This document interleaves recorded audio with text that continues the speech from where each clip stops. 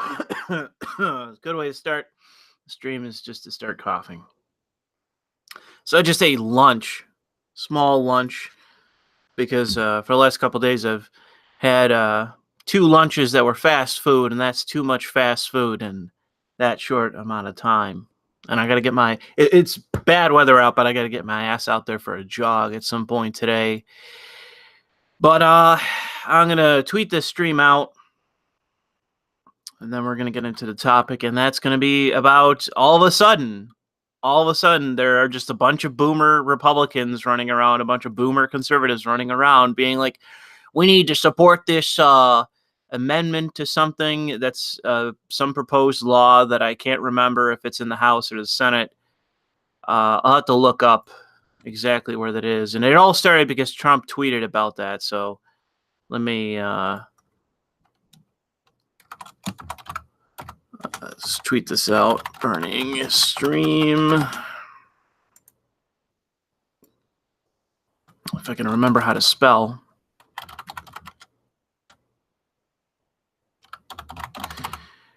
This is going to be pretty much a 2-pronged stream. I'm going to cover this and one other thing that I'm going to need your help with, because I actually want to do a video on this, but it's going to require your help because I'm having some difficulties locating the articles in that I need to actually make it to present my point. Otherwise, I'll just have to do one of those videos, excuse me, that I get a bunch of shit for, which is where I don't link everything.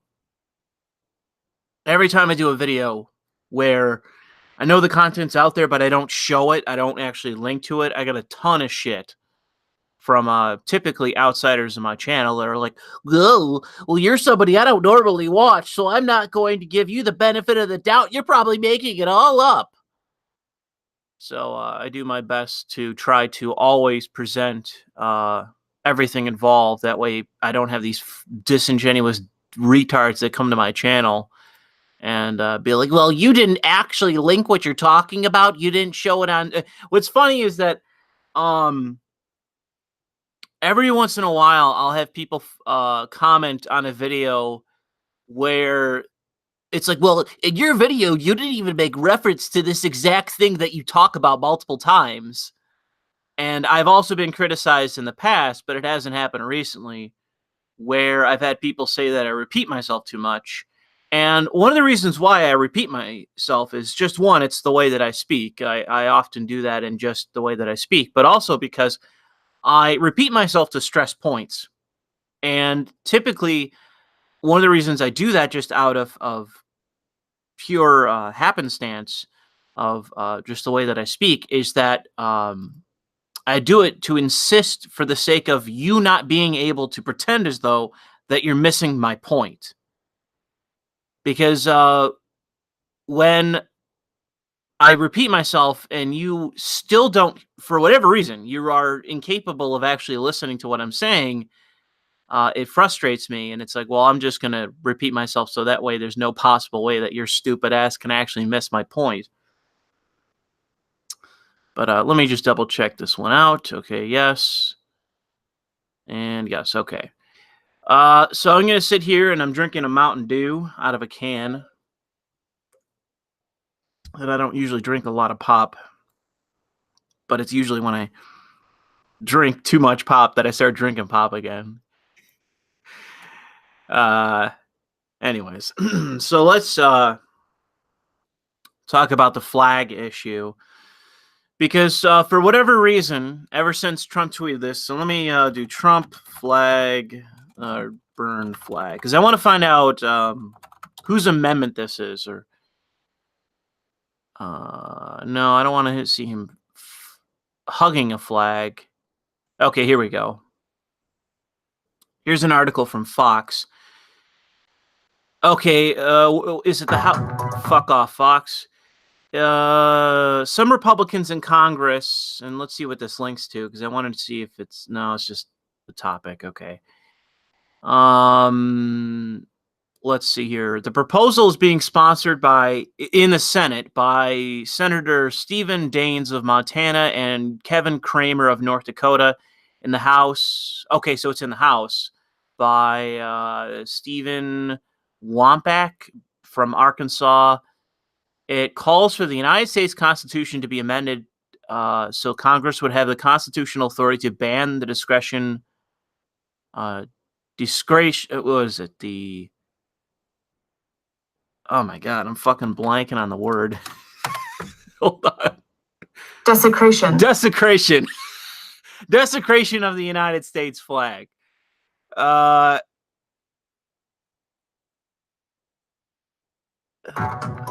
off, Fox! Stop with your fucking auto-playing videos. Okay, so this was introduced on Flag Day, which was the 14th. Okay. So, unfortunately, this is boomer republicanism. This is boomer conservatism. This is how you lose arguments. This is how you lose culturally. This reminds me a lot of the kind of conservatism that was popular when George W. Bush was president and I drifted to becoming a Democrat.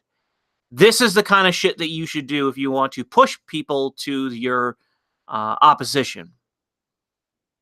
And it's because it is not a solution to un-American behavior. You have to look past the burning of the desecration of the American flag and look to the person that is burning the flag. One of the problems that these fucking retards have to understand is that the proper disposal of American flags, the proper socially accepted disposal of American flags is burning the flag. So it isn't the actual method of burning the flag, it's the way in which you burn the flag. It's not a matter of burning the flag, it's how you burn the flag that you have a problem with. And that you are so ridiculous about that you can't understand that in principle, you actually support burning the flag. You don't support in no way burning the flag because that is the proper disposal of the flag. It's just a matter of how you do it. And so if you want to add a constitutional amendment to prohibit banning the flag, you're going to have a portion of that constitutional amendment that's going to say that, no, it's not in fact about burning the flag. It's how you burn the flag. Because proper disposal of the flag is burning the fucking flag. You can't just have a blanket ban on burning the flag in the first place, you fucking morons. In so many ways, this is conservatism for losers. This is how you want, if you are a conservative who wants to lose elections, who wants to be owned by leftists, do this. Because this is so on its face retarded that even your layman understands why this is a bad idea. And thankfully, it seems that most conservatives, based on what I've been reading in tweets, most conservatives understand that this is a bad idea. Whether that's pragmatically or in principle or what have you, they understand that this is a bad idea. And unfortunately, you have otherwise smart people like Jack Posobiec, who I've never had a problem with, who is endorsing this and is doing so in a flippant way, where it's like, if you take this seriously, why are you being so flippant about it? I really don't understand. Like, if this is such a serious issue, like Razor Fist is actually taking this seriously, and he's also on the wrong side of this issue. Jack is just being completely flippant about this. And in comparison, Will Chamberlain, who is against prohibiting this, who supports, the ability for you to burn a flag, understands that this is a losing move and is very concisely just putting it that he is in opposition to those calling for it to be banned. But let me explain. Outside of the fact that you're going to have some kind of clause within that amendment to explain that you're not actually banning it outright, which isn't a principled position, by the way. You can't say, well, I'm against burning the flag. Well, that's okay. So you have a veteran burning flag in the socially acceptable way. That is the actual prescribed procedure for disposing of flags. Are you prohibiting that? Oh, well, no. Well, then you're not against burning flags, are you, you fucking moron? So that's the one part of this that makes this completely just a lost cause for conservatives. Here's the secondary portion. Burning a flag is speech. It is political speech. It has always been known and always been accepted as speech. That's the only purpose in which you're burning your own property. Why? For the purposes of portraying a message. What is the message? Fuck America, or there's something wrong with America. It's the same as if you fly an American flag upside down.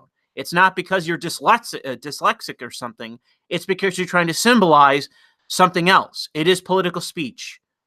Raising an American flag at half-mast, that's political speech. That is you symbolizing something through that actual action. You're expressing something as you do that.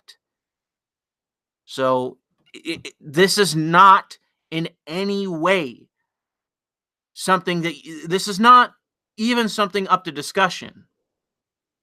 If you believe that burning an American flag is not political speech, you are objectively wrong. Excluding the legal matter, you could include that, but just for the sake of argument, excluding what is actually in the law, what exactly is in the case law, just on the basis of what is the entire point of burning the flag, that is the basis in which somebody would burn their own property in that method. It is simply to express a message. That is the purpose of it. It has no other purpose outside of the proper disposal of an American flag. It's just kind of ridiculous to me. In any case, outside of the principle of this is not controversial, this shouldn't be, it's also the issue of pragmatism.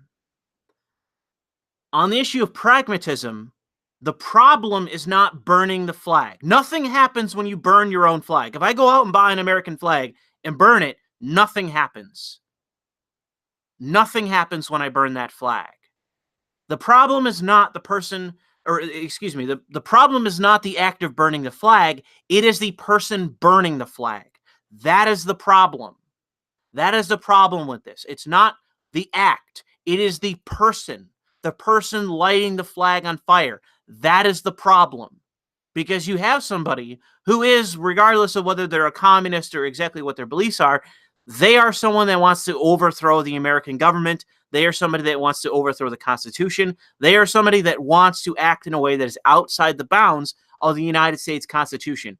And in burning the flag, that is them telling you that. That is them expressing to you that they are a fucking revolutionary. The problem is not them burning the flag, it's them. So what do you now do with them? And the pragmatic, the actual, and I don't want to say Machiavellian, but the practical matter is, what do we do with that person? Because whether or not they burn the flag, they still exist. They're still a revolutionary. What do we do with them? And my solution is to come up with a means to disincentivize that behavior, not in the basis that they're burning the flag, but that they are a radical, that they are a revolutionary. And you can go through that in a number of ways.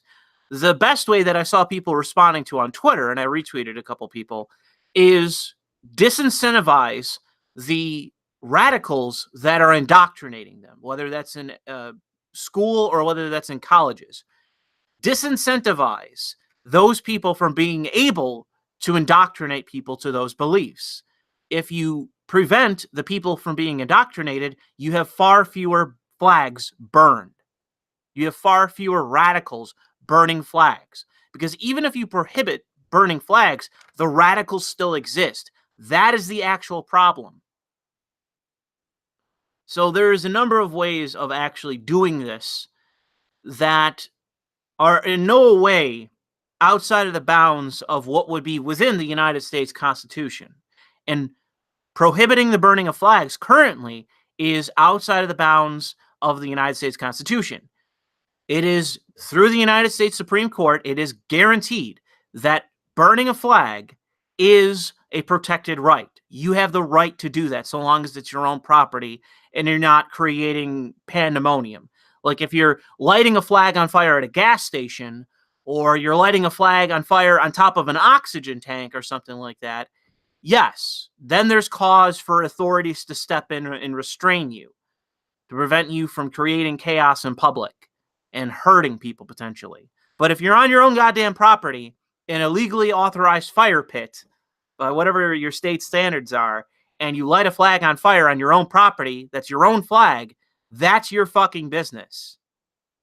And it makes no sense to me to prohibit that. But that's what you're calling for. Even if it's your own property, even if you're on your own property while doing it, you're not even in public, you're on your own property, you are creating a law that would disrespect and completely erode property rights. Because, I mean, you have to understand that the flag is not just a flag. It's a piece of property that you can buy. It really seems to me that the conservatives endorsing this are, like, they're trying to lose a battle they're trying to win a battle they've already lost, and they're doing so at the expense of their own side, at the expense of the entire war. This is a losing argument on something that has already been decided decades and decades ago. I mean, we're going back to like what? The late 70s that this was discussed with this, or the 80s that this was decided in SCOTUS, before I was born by like fucking 10 years or so. And you're talking about this shit now? It's completely pathetic. The problem isn't the act. It is the fact that you have a communist or a radical burning your country's flag in your country. And the solution is to try to do what you can to disincentivize future action like that, having more people like that, but also incentivizing those people to leave your country. And I'm not a registered conservative, Carlo. I'm a registered Republican, and it's been about a month that I've been a registered Republican.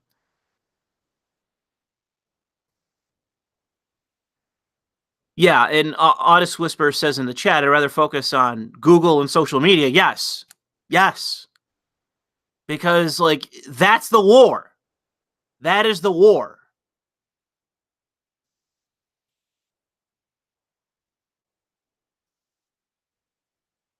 How is currency not your property? Currency is your property, but it's issued by a bank. So, I mean, that's a complicated question to ask, but it is property. You do own your wealth, but the issue is that it's a banknote. It's been issued by a bank.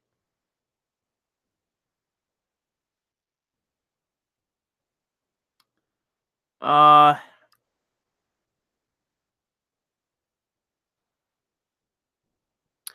yeah, in any case, I hope I made the point clear enough that pragmatically, this is a losing issue for Republicans and conservatives. This is a losing issue. You do not want to take this up as an issue. It is a loser.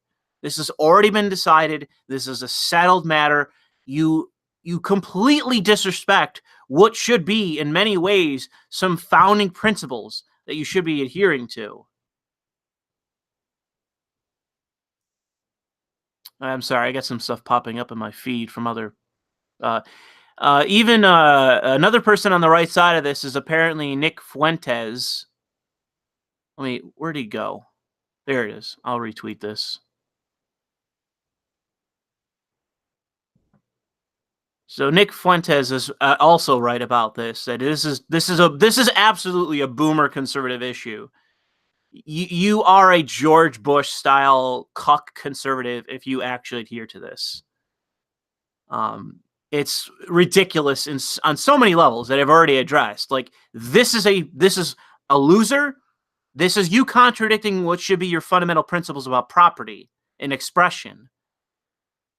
And in some ways, some of these people are accepting the framework of the left. Like, I've seen people, honestly, let me find that one thing I quoted from Jack Posobiec. Here it is.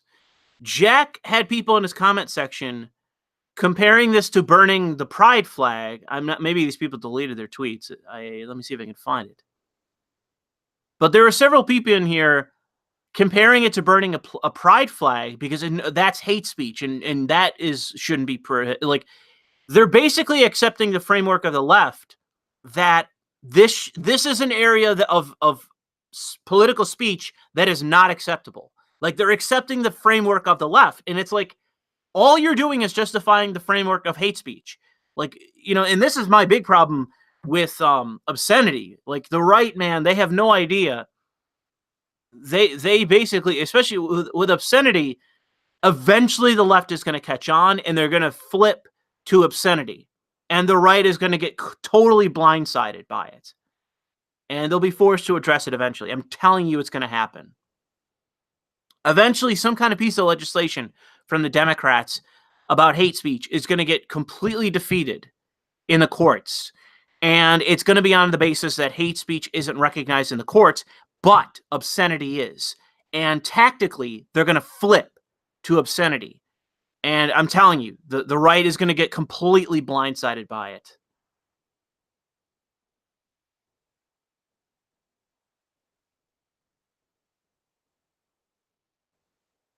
But yeah, that's the thing is, beware of the people on the right that are comparing this to hate speech laws, because they legit are doing it.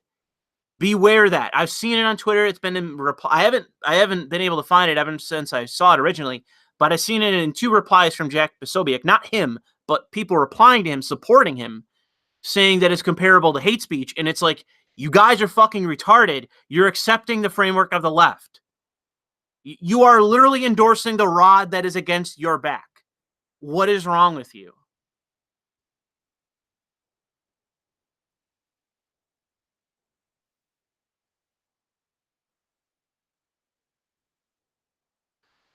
All right. I'll check the chat really quick. And actually, let me check if there's any super chats. I haven't checked that.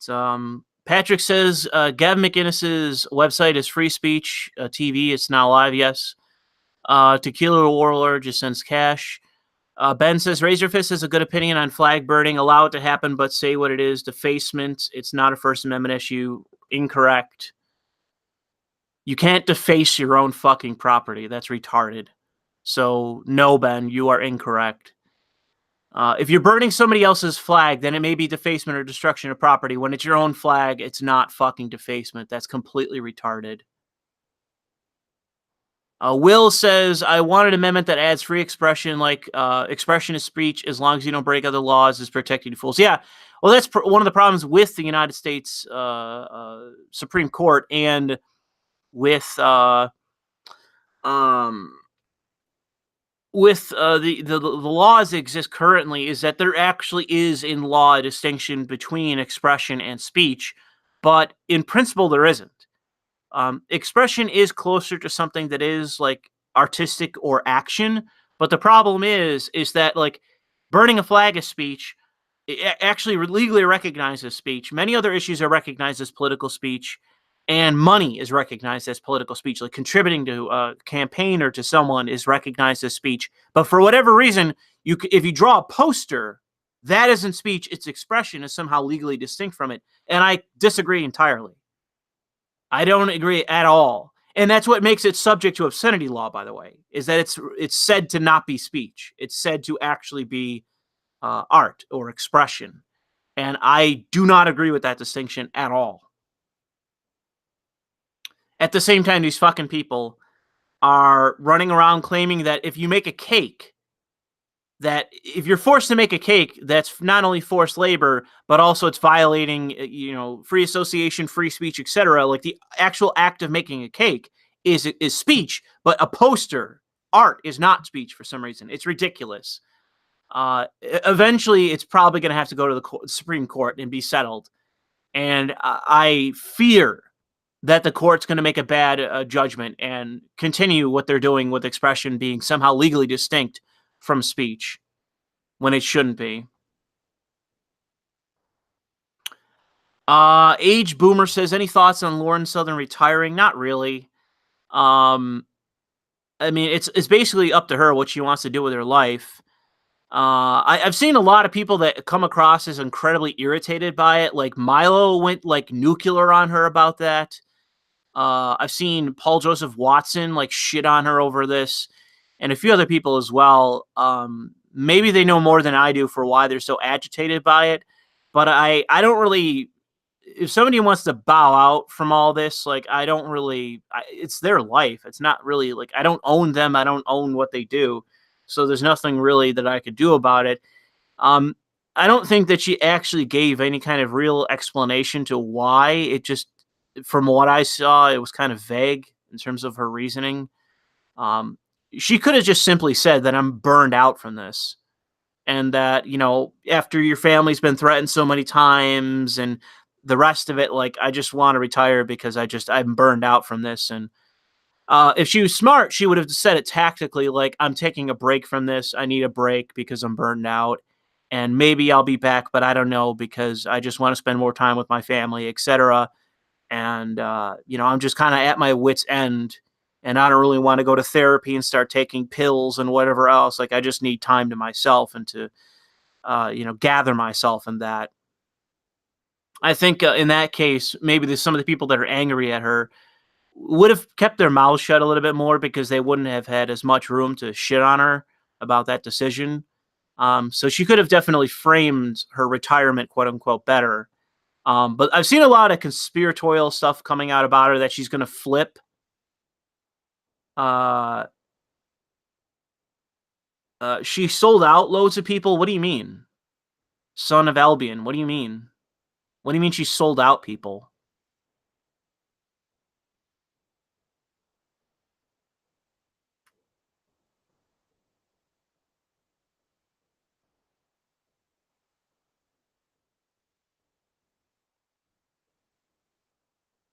Watch Squatting Slabs video.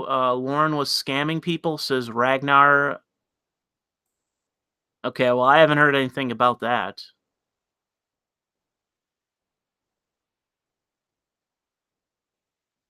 What do you mean she was scamming people?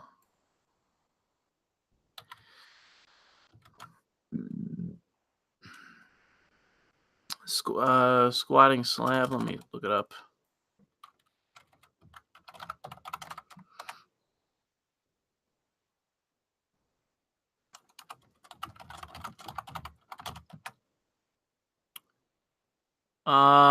Squatting Slab TV. Is that who you're talking about?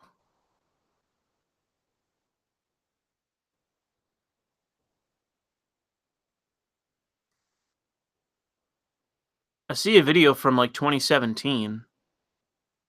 There's one from 2018.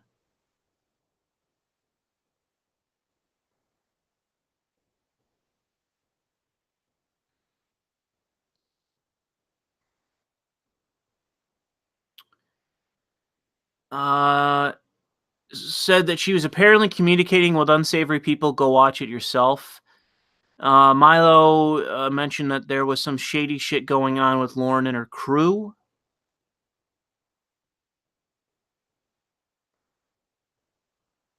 Yeah, somebody's saying scam accusations from Milo. Okay, yeah, I know Milo's reputation isn't exactly great at the moment.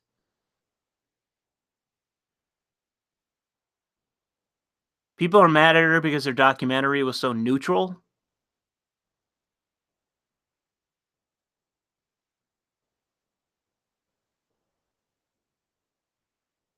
Okay, so Lauren Southern played you.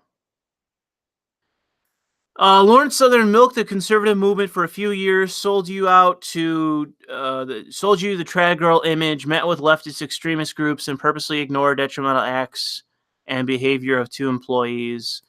Milo's article on the subject: "Say farewell to the klepto queen." And this is on Milo's website, Dangerous, which I think is now defunct. Have you ever donated to Tommy Robinson, the British free speech and anti-Islamic activist dubbed the backbone of Britain by Steve Bannon? I guess I'll put this on stream. Hold on a second. And we'll just go through it. Sorry to get so distracted by this, but it's been brought up by multiple people. I don't need to watch this video if there's an article on it. Hold on a second. Fuck, I just lost the chat. God damn it. Hang on a second here. Hey.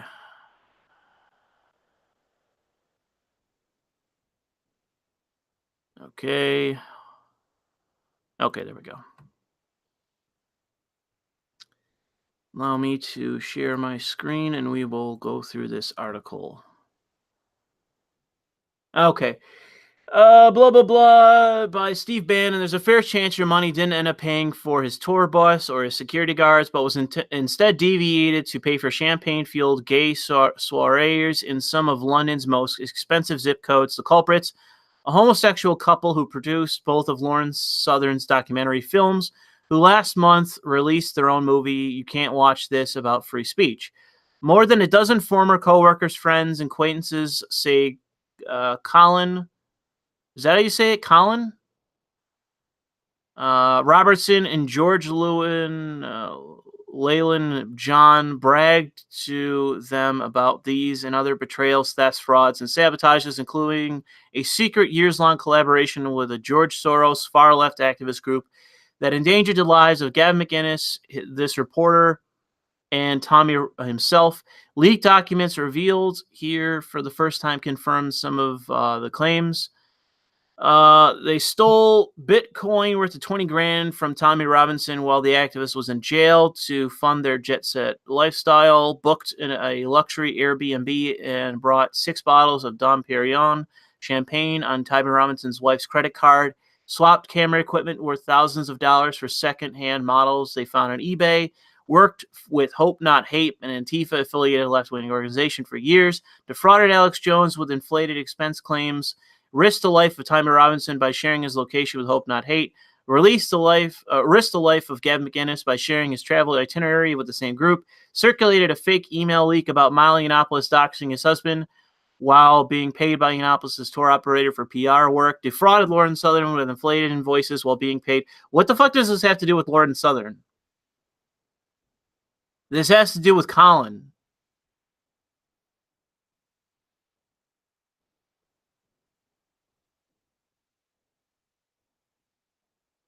Like, I remember, didn't these guys get in trouble with Rebel TV a long ass? Yeah, right here. They got in trouble with Levant, whatever this guy's name is, Ezra Levant. They got in trouble with him a long time ago. So, for all I know, this could all be true. What the fuck does this have to do with Lord and Southern?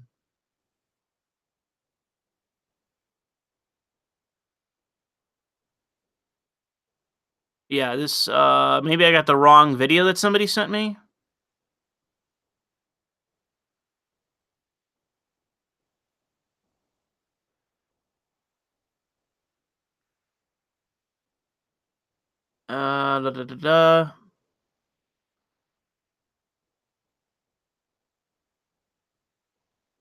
It's just a bunch of fucking gossip about them. I don't really care about any of this shit.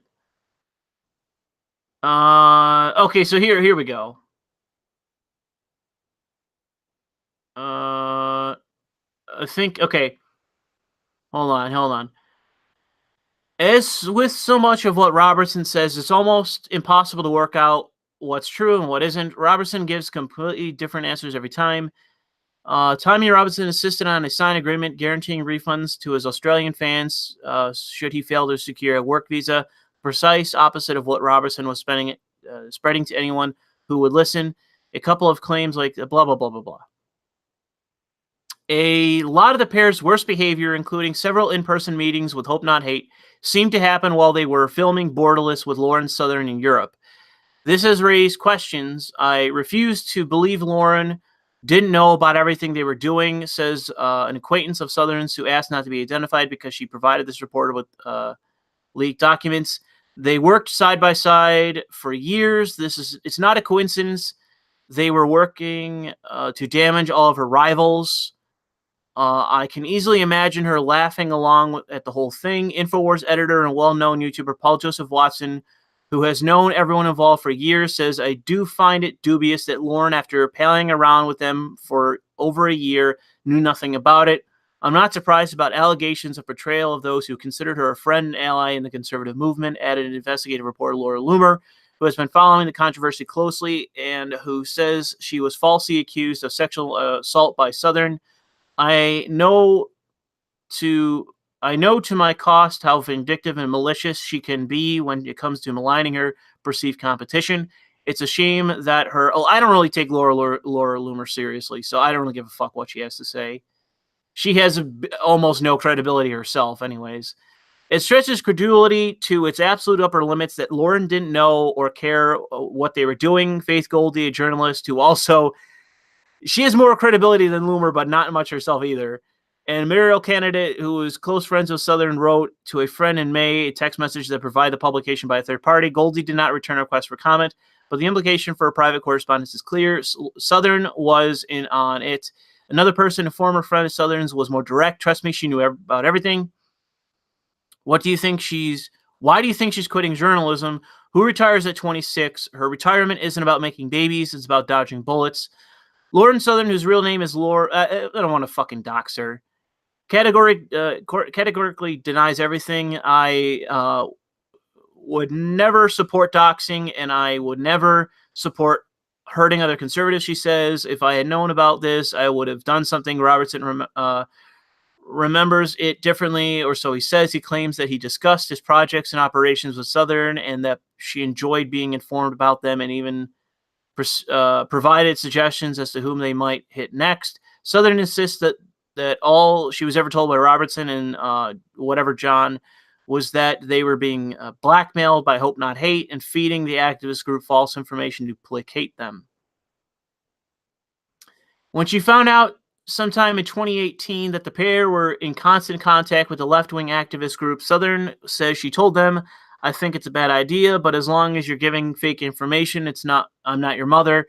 Southern says she never knew and did not ask any more than that, though she admits she knew the pair were meeting with Hope Not Hate in Italy while the three were filming Borderless on location. She insists she knew nothing about Robertson endangering Gavin McInnes's life or spreading forged documents about the author until asked about both cases immediately before publication, though she admits she knew that Robertson and John were meeting with Hope Not Hate. Yet others say that she has been working with the couple since day one to get around her own non-disclosure agreement with Rebel Media to badmouth Ezra Levant, and because she found the pair's antics funny and edgy.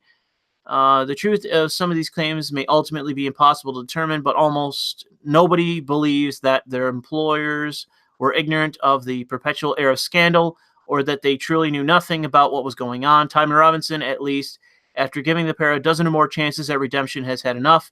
Colin wouldn't be in conservative media without the money, says Tommy. The more you dig into Colin Robertson's personality and past, the more true the statement appears to be.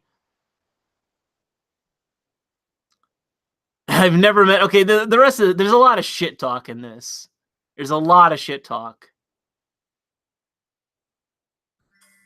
Oh, shut the fuck up, phone.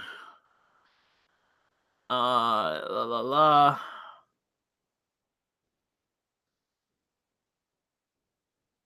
Okay, so I guess that's a bit of. So as far as I can tell, it's like this Colin guy and this other guy are acting in a bad manner, and while they were doing a lot of this bad shit that is alleged against them, they worked for Lauren Southern. Wow. Okay, hold on. Hope Not Hate. Lauren Southern now says she met up with Hope Not Hate staff merely for a laugh, though no one will disclose what they talked about. The last laugh in the situation, however, does not belong to her. Less than a year after her meeting with its research team, Hope Not Hate was instrumental in having Southern booted off. Okay, well, if they got her to platform, I don't really know if that's actually conspiratorial. Because when you take a serious financial blow like that, I don't think it's intentional. So I don't really think that she's connected to them.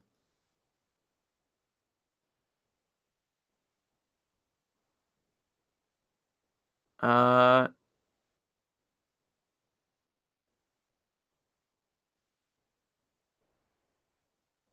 Yeah, now it gets back to more like shit talk. I really wish that we could stick to just the facts and leave a lot of the drama.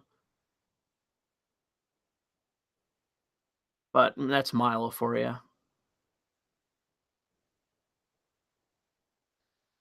But yeah, that seems to be the about the extent of what she's accused of, is that these other guys were acting in a bad way, and she may have known about it and did nothing and said nothing, which is shitty, especially if these people aided in harming Gavin. I think Gavin has had it even worse than Milo, because Milo fucked himself in many ways.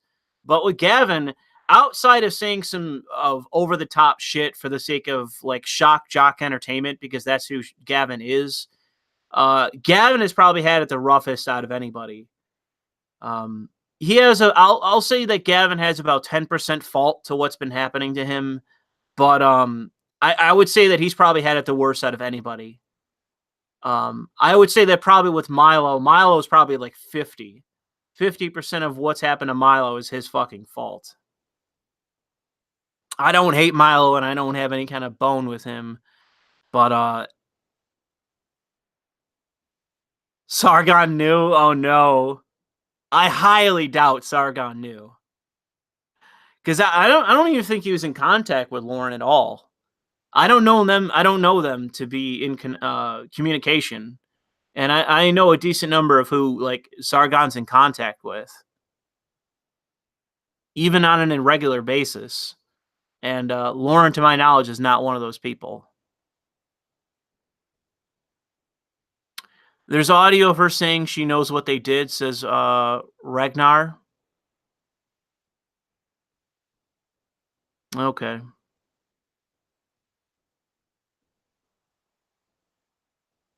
Well, that Patrick says that she knew about them and encouraged them. I guess it's that the accusation is that by encouraging them, she may have aided in targeting Gavin and severely damaging him. I know Sargon knew as a meme. I'm the one of the people that helped fucking create it and spread it. I'm the one that did. Dude, I was getting shit from, like, I don't even want to name the actors, but back when Sargon was beefing with people on Twitter every other fucking day, I'm one of the people that spread around the Sargon new meme, and they went fucking crazy on me. So believe me, I know it's a meme.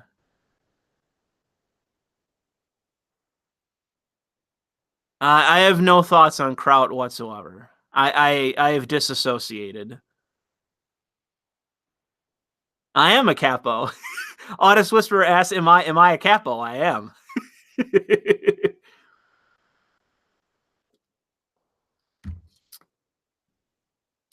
I don't mind the Don memes. I find them hilarious. I think they're hilarious because they're all like, out of all the, like, the Applebee's thing is I've never really understood. It just seems stupid. But the Don meme, it to me is hilarious because it's, in my view, it's weirdly complimentary, and on top of that, Sargon hates mob movies. So it's those two added ironies. Is I don't find it to be like, I don't find it even disrespectful. It's not an insult, but also I know that Sargon hates mob movies, so it's like he doesn't like. It's not that he doesn't like being called it. He just doesn't. It doesn't really care about the association.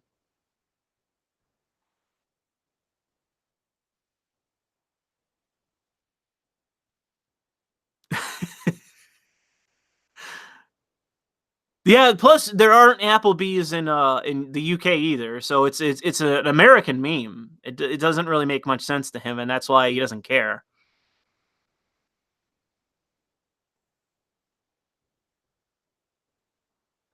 Oh man, now the chat's getting crazy. Anyways, some person without a name says, "I just went to college orientation and there was communist propaganda on the first day. Is it worth it to fight it, or should I keep my head down?" Well, I mean, if you want to, I would join some club on campus. Like if you have a Republicans club or a conservatives club or something like that. It depends how politically oriented you are, like how engaged you are. Like you could always try to fight it out and try to like for example, it happened at my alma mater at Buff State. Uh a college Republican basically using his own recruiting abilities took control over um the president's office and also the student senate by basically recruiting people that would be aligned with his politics. So he could basically he didn't have full control. Like he had he was the president, he had the vice president and the treasurer on his side, and then the secretary and the speaker were in opposition to him, but they had no real power, so they could it was just a matter of like because the speaker couldn't decide what was introduced to the Senate, he basically ran the entire operation and had a tight control over it. And because he recruited enough people from his own clubs, because he was a jock, he was able to keep control over the Senate itself. That way, they couldn't pass any fucking crazy legislation. And if you're interested in that, you basically just have to I forget what it's called. There's a certain manual for procedure in that setting. Somebody in the chat shouted out, "What's it called?" It's called something for that kind of setting. There's certain kind of protocol. It's called something, and I forget.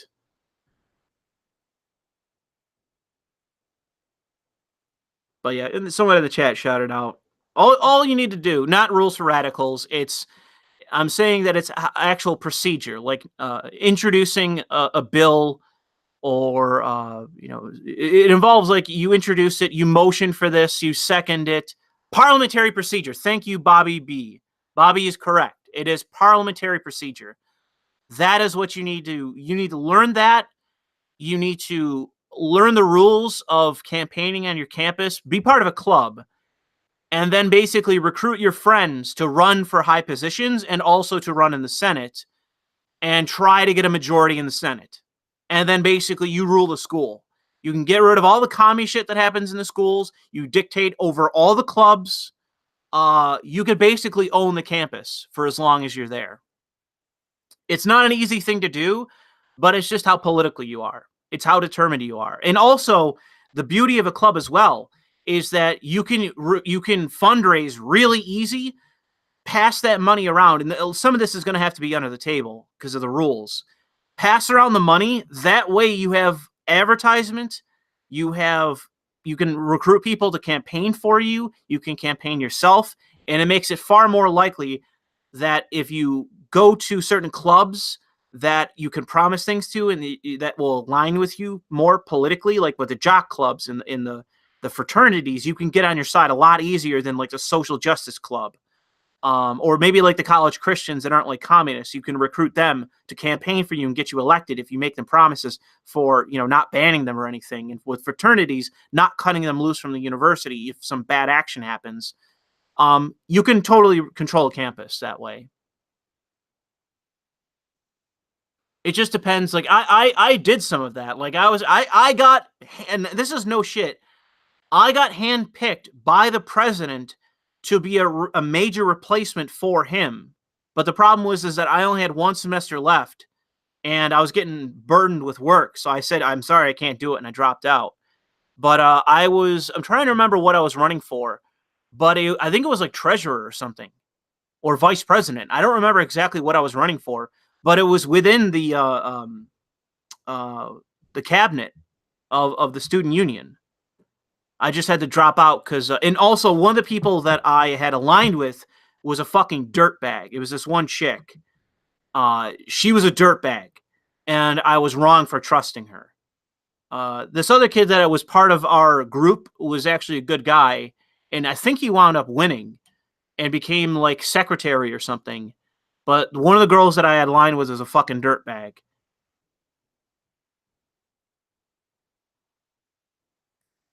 No, I'm not a mob boss. This is just it's politics. It's just politics, dude. A college campus is not really much different from real life. It's just what offices you hold, what those offices oversee. Like, and it's most universities. Like, the university I went to is like a small state college, and the union budget was like a couple million. You know, I can't even imagine what the student union has in oversight at UB. It could be freaking millions and millions and millions of dollars of clubs and all sorts of other things that they directly oversee. And when you directly oversee that, you directly oversee it. So long as you have the votes, you can change all the rules. You can change everything. You have the responsibilities overseeing budgets and dues and all that kind of shit, and that's a pain in the ass. And you don't really get paid much for it. It's only the upper echelon that get like a strip end in terms of payment. But you can basically run the school.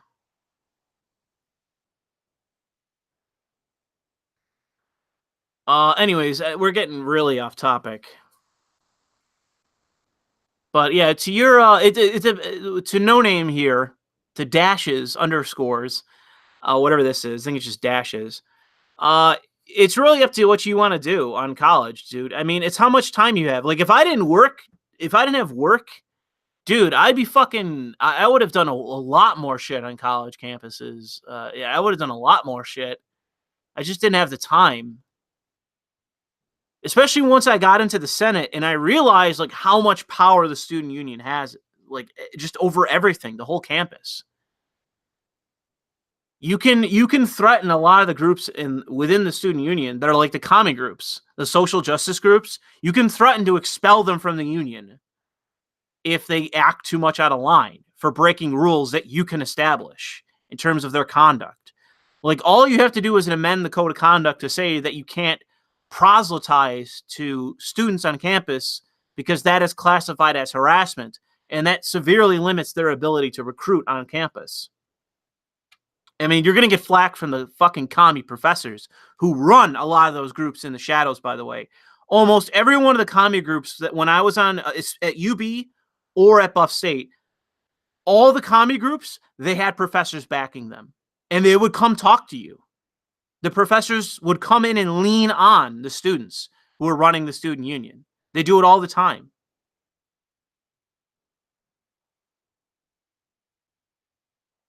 I've seen 1791's work, and I've commented on the past. So to dashes or underscore, who's in the chat, I see you, who says you're in Louisville, Kentucky. I think you'll be okay. I imagine, but it depends how much you want to do, dude. If you got to work to support yourself, if like you're a trust fund and daddy's paying for everything, I go hog wild, dude.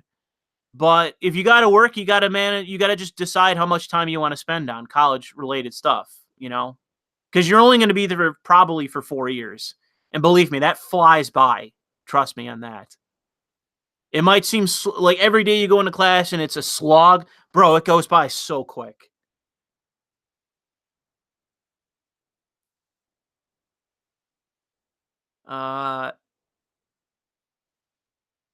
Yeah, somebody in the chat saying don't go to college, you go to college. I've already said that college is a scam.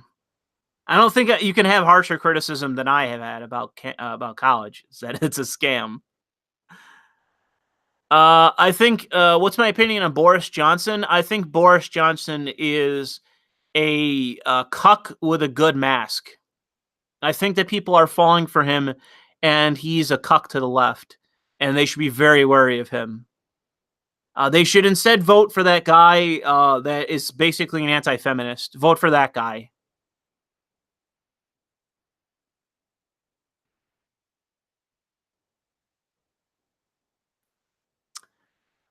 But thanks for bringing all this up, Ragnar and the other people. That's Patrick and all that talked about Lauren Southern. I'll get this off this screen since it's irrelevant now.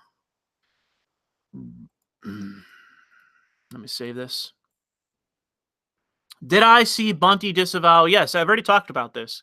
Bunty disavowed Ricky and Young Crip and White Knight for the booby streamer in 1 week. I had some guy on Facebook the other day call me a Sargon dick rider, then block my channel on on Facebook. And I went to his account. I'm like, who is this faggot? Like, who is this guy? And yo, he's mad at me because I dissed the thoughts. Like, he follows a bunch of thought streamers and like Patreon thoughts, like the actual e-thoughts that like do cosplay and shit. I just laughed. Like I just laughed. I'm like, bro, do you think I give a shit what your opinion is when you're a beta bucks fucking loser? The only pussy that you're ever getting is in like shit that you get sent after sending these fucking thoughts $100 on Patreon. They're DMing you their fucking roasty pussy that some other guy is banging. You think I give a shit what you think of me? Oh, man. You're just a Sargon dick rider as I dish out my fucking hard-earned money to girls that'll never bang in my wildest dreams. Oh, man. Oh, man. I'm so... You got me, bro. Oh, man. Yeah, you don't have to tell me about Bunty. Bunty disavowed me a while ago, and he's turned into a fucking total SJW douchebag. Like, he is the exact guy that Billy D is shit on in his articles. When Billy D shits on centrist trademark, like that's what he calls them, he's talking about guys like Bunty. Chris is also well within that category. Chris is very much like Total Biscuit in that he's constantly switching from side of the fence to side of the fence. He is constantly flipping back and forth. That's all he fucking does. When he thinks it's appropriate, he'll be like, oh, this is out of line, SJWs, don't do that. And then he'll just flip. Suddenly, when he has the opportunity to virtue signal and look like the true blue centrist, he'll flip to the other side. So yeah, he's very. I would say that Bunty has definitely lost it, but I think Chris is probably the worst because he's so self-congratulatory. He's so self-promoting.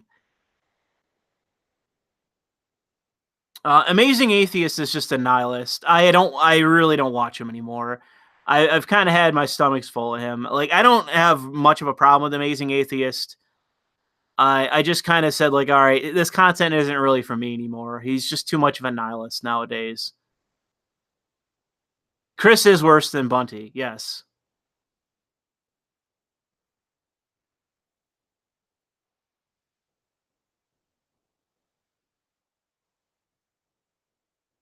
But anyways, I don't want to talk about these fucking people.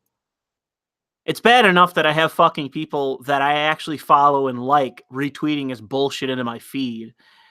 And it's like, well, yet again, here he is. Oh, man, here's a hot take from fucking Chris. Oh, man, straddling that fence like a fucking jockey.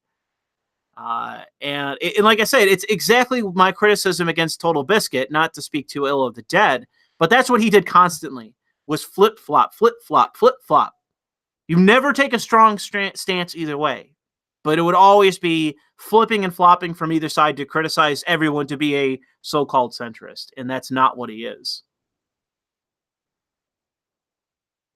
I don't agree that TJ was always a nihilist. There's being a nihilist, and then there's being a pessimist, and I think that that's what he is. He's a pessimist. And I mean that in the truest sense. I don't mean that in just to say loosely what he is. And that's what, and somebody just brought up atheism is unstoppable. That's what I think AIU was for a while, and now he's rebounded from that, and he's no longer that. AIU is actually trying to be constructive, and not all, but many of his commentaries that he makes, he tries to be constructive. And I think that that's the distinction of what I like versus what I don't. I don't think Amazing Atheist is very constructive. The weed fucked up TJ's brain. Maybe so. I don't know. I think being on YouTube has fucked up his brain.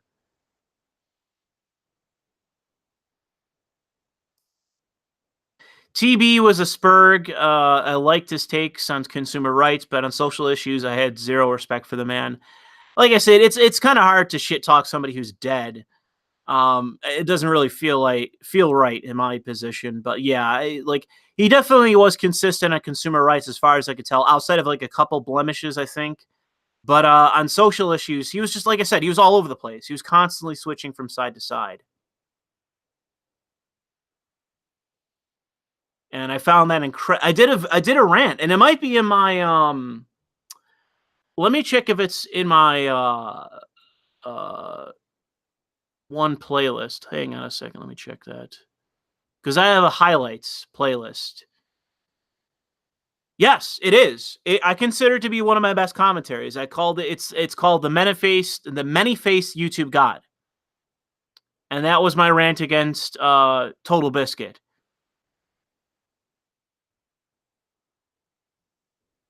I consider that to be one of the best commentaries and most succinct commentaries I've ever done. So feel free to watch that if you want to. But anyways, I'll disavow myself. I really don't like shit talking and creating drama. I'll disavow myself for whatever with Chris and all the rest that I just said, and especially with Total Biscuit, because he's dead, and it doesn't really seem to be morally right-minded to be talking shit about somebody who's dead. I still stand by the commentary when he was alive and well, and I obviously feel bad for his family now that he's deceased. I don't think that he was an especially bad guy. I just think that he had some stupid opinions and that he was an ultimate fence sitter and that sort of thing. But I honestly don't think he was a bad guy.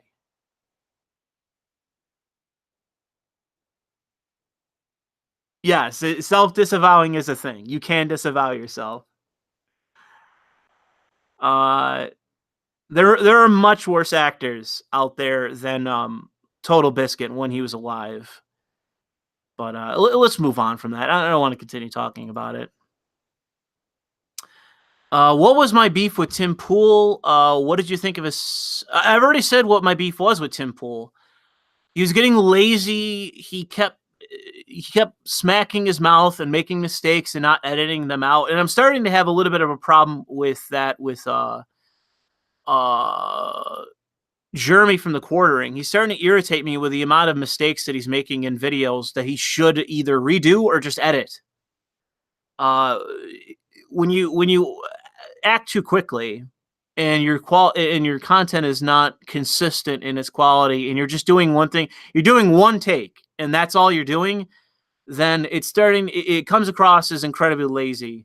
And with Tim Pool, I would say that he may have been worse. Because with the Quartering, it's just some issues I've had recently with him. But with Tim, it was getting really ridiculous with Tim. Tim's speaking style and his unwillingness to edit his videos and his insistence on doing it in one take regardless of the quality, him being completely hyperbolic in his language, and he's gotten criticism for the second Civil War shit. He's gotten nonstop criticism about the second Civil War shit, and he continues to continue with it. It's hyperbolic nonsense. Like I've actually stopped watching Tim Pool as well. I watch his content on and off, but my criticisms of him still remain. The quality of his videos going down, his rush to get out content in one take, and his hyperbolic language. It's definitely unprofessional. It's above him, honestly. Because if you watch Tim Pool in that setting with Dorsey, that I think is Tim Pool at his best. Tim Pool definitely has like a next level professionalism to him, and I definitely think as a commentator he is capable of definitely of quality content. But the daily content that he uploads, it has suffered greatly in quality, and he has used ridiculous hyperbolic language that I think makes it unprofessional. And I know he's better than that. I know he is capable of creating content that is much better than that. So my issue with him is my frustration with that. I'm frustrated with that behavior. Because I've seen him do like legit quality work. And I saw him speak in New York City, whatever it was, 2 years ago, 3 years ago, how long ago it was. He's definitely not a dumb guy, and he's not a lazy guy. I just wish he would up the quality of his content.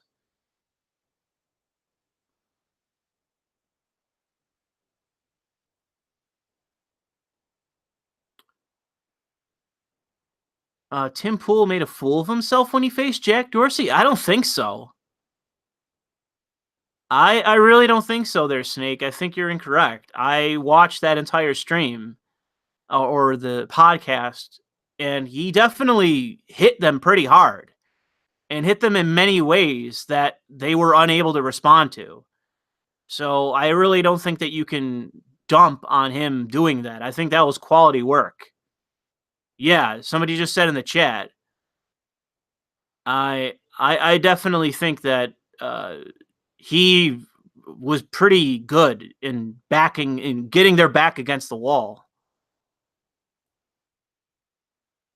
He took on two people. It was 2-on-1, and he's dealing with the people that are responsible for all this shit. Tim is just a guy. Bro, I gotta say, like, he took on Jack, and he did freaking good work. So that's what I mean. Like, I don't really understand that criticism. Yes, Snake, I don't know what you're talking about. He pushed them to the limit where they couldn't respond to him anymore. He got them over and over again. I don't know what you're talking about. I have no idea what you're going off of. Like, I can't imagine anyone doing a better job than he did on that stream. There was only, I think, a couple spots where he had, like, missteps, but it was because he just wasn't super prepared. Like, if he was hyper prepared like a fucking lawyer in a deposition, maybe then he could have done better. But outside of that, I honestly think that for someone that just sat down with the head of a company, he took him on pretty goddamn well. So, yeah, I got to say, I don't stand for bad-mouthing of Tim in that regard. I think he did pretty damn well.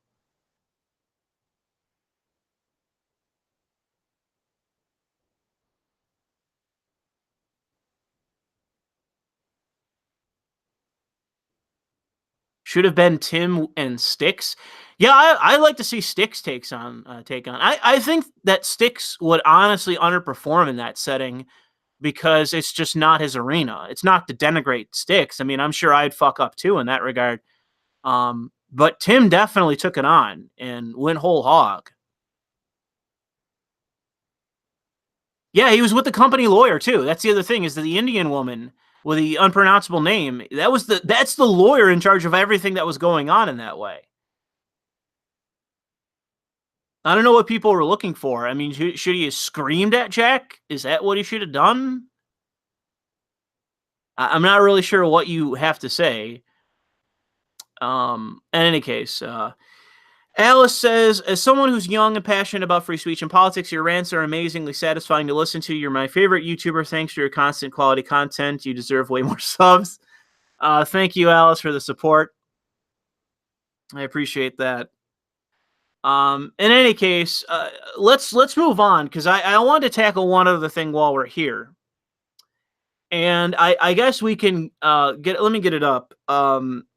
So PC Gamer, let me find their YouTube, or excuse me, their Twitter, because they sent out this tweet, like, basically. So we're going to be talking about Cyberpunk, because I've had people messaging me about Cyberpunk and CD Projekt Red, because I said a while ago that I had an insight. Well, I knew someone that had an inside source at CD Projekt Red, and that the issue is that there's a door that's been left open by someone within the company for them to be influenced and to recruit SJWs to their company. It's lucky they're located in oh, actually, no, though, they have a studio in LA. I don't know how many people know that about CD Projekt Red. I didn't know that until not that long ago. They have a studio in LA. It's not just in Poland. Let me find that article. So PC Gamer tweeted out an article that went super viral. It had like 15,000 likes. I can't fucking find it.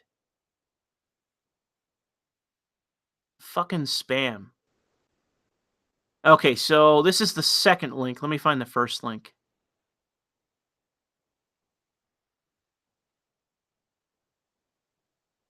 Where is it? Where is it? Where is it? Oh, here it is. I got it. I forgot I liked it. Damn it.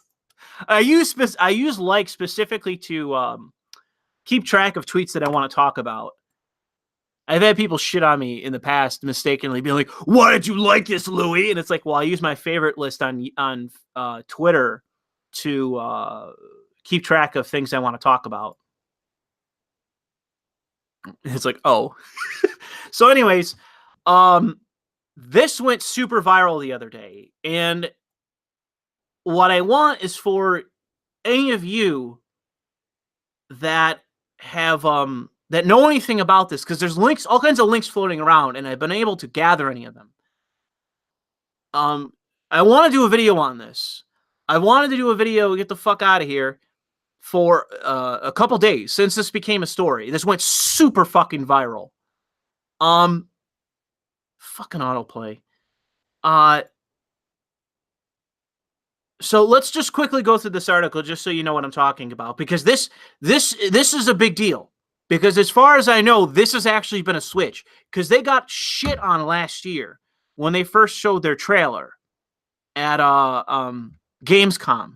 Specifically Gamescom, I want to say, is when this started. They got shit on because someone said something to them about transgender characters, and they said no. I have to look that up, and I haven't been able to find any links. But the story is, so this is the story, and this is the video I want to do. They got pressure to do this last year at Gamescom when they were at the zenith in terms of popularity.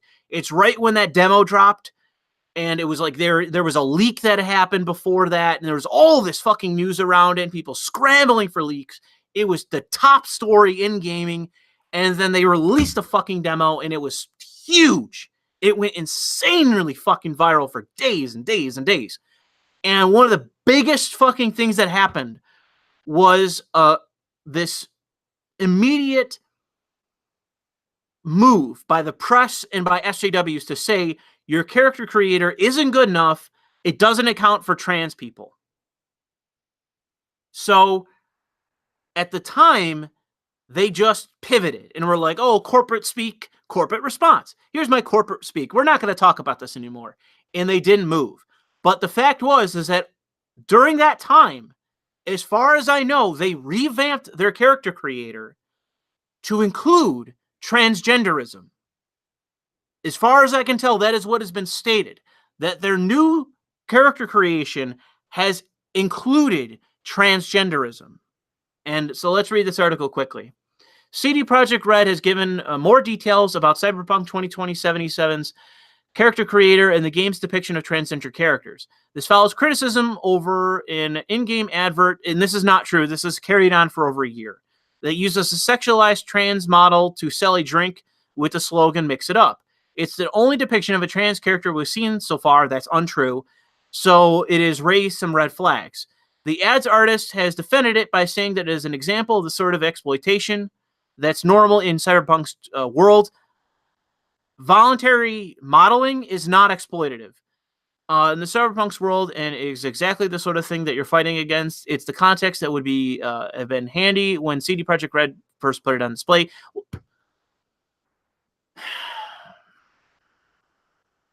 The context is it's that it's in that setting. And even if it were somehow exploitative, you know, it's just the presuppositions, the constant presuppositions of like, well, this is wrong, therefore you shouldn't portray it. I should dictate your art to you. Like, hey, Mike Pondsmith, old man, shut the fuck up. You're going to do it our way now. Because I don't care if this is your entire vision. Fuck you. You're going to live up to the progressive code of what's acceptable in art, or we're going to smear you as a fucking white supremacist or a transphobe or whatever. And they have been doing that, by the way. They have been doing that. I've seen images of him on like Reddit or somewhere arguing with people because they're calling him a goddamn bigot. And that's another thing that I might need help on and finding links to that. Because it's been hard to, like, it's not just Mike Pondsmith official account. It's like some other name. And it's hard to like keep track of whether this is true or not. Anyways, we have not seen much of the character creator, but apparently it will eventually give players the options to make their vision of V that's representative of themselves. It's very sensitive and important subject, I believe. Quest director, something Polish, told Gamasutra, we have put a lot of thought into this. One of the things we want to do in the final game, which we couldn't show in the demo yet because, as you mentioned, it's a work in progress, is to give the players as many options of customization in the beginning of the game as we can. This is something that CG Projekt Red wants to do rather than something that's currently implemented. Okay, so apparently, according to this, it's not currently implemented. As an example of the options it wants to offer the player is that it can sculpt V's face with physical traits so that it can be assigned to any gender. The idea is to mix all those up to give the player them to the players as it would build it. Same goes with voice. We want to separate this out so players can choose it freely. So you can basically, in Saints Row fashion, choose to have a female character with a male's voice, which you may want to do since the female voice actress is, by all appearances, far inferior to the male one. This is something we are still working on. It's not as easy as it sounds. CD Projekt Red is also paying a lot of attention to how it portrays trans characters beyond customization options for V. We do not want anyone to feel like we are neglecting this, says Polish guy, or we're treating it wrongly. So this went super viral. And the reason is I guess I was wrong about them actually implementing this in the game. That appears to be the assumed thing that people are saying. Because I've seen people say they've already implemented this. And maybe I have a... Let me go under my favorites, see if it's on there. Actually, let me check one other thing really quick to see if I got anything else. No, I don't. Okay, let me check my favorites. Oh, that's PC Gamers liked. Let me check mine. Okay, so here's what I saw from Ian Miles Chong tweeted this out. So you got some person, I think this is Reddit, said, so the comment section under a rock, paper, shotgun hit piece had some assholes, one very vocal, one in particular, repeatedly telling everyone that Mike Pondsmith was involved at some point, but he's definitely not heavily involved anymore because he never signed off on something as racist as a gang called Animals. That's untrue. CD Projekt Red deviated from the 2020 canon horribly and inexcusably in their portrayal of the Voodoo Boys. That's untrue. The whole thing just sets off alarm bells suggesting that the game is profoundly inauthentic, and CD Projekt Red doesn't really get cyberpunk. I wish I can only throw this in their faces, if only to see how they try to argue 2 + 2 = 3, but the RPS fuckheads closed their comments because they got tired of deleting posts from people telling them how full of shit they were. And according to Email Chung, this is supposed to be Mike Pondsmith replying, if I wasn't heavily involved, I wouldn't be able to get more done. As it is, I barely have a life. As for the animals, the whole freaking point is that they are themselves as powerful, dangerous wild animals. You would have thought the lady named Sasquatch would have been given them a clue. The original Voodoo Boys were a scathing commentary on cultural appropriation. I love the idea that the practitioners of Voodoo moved in and took back their turf, and they even got the Creole right. Who the fuck? And this is, to me, is the more greater point out of any of this is, who the fuck are you to tell me whether or not my creation was done right or not? And this, to me, is like the biggest elephant in the room. And this is the thing that SJWs have no respect for whatsoever because they're totalitarians. This is Mike Pondsmith's vision. This is his project. This is his work. He created the entire goddamn thing with his wife. This is his vision. And he's been part and parcel of the development of this game the entire fucking time. Everything that's been developed in terms of the gangs and all the rest, he has direct insight over. He's directly involved in. He said in the interview with Yang Ye that he is aware of all of this. So this to me is completely fucking ridiculous. Assuming that this is actually Mike. I don't know. But this is what Ian has stated. Also, apparently, Anita Sarkeesian. And this is I was going to include, just for the laughs, fucking Anita Sarkeesian is coming out of the fucking woodwork to go to CD Projekt Red and say, recruit me. The last like 3 games I've consulted for have been complete bombs. But please recruit me to tell fucking that dumb Negro Mike Pondsmith how to actually create his fucking game. Oh man. And she like links to her consulting page on her website for how much she charges and shit. God damn. And there's a bunch of people in the comment section just like roasting her and shit. Oh man.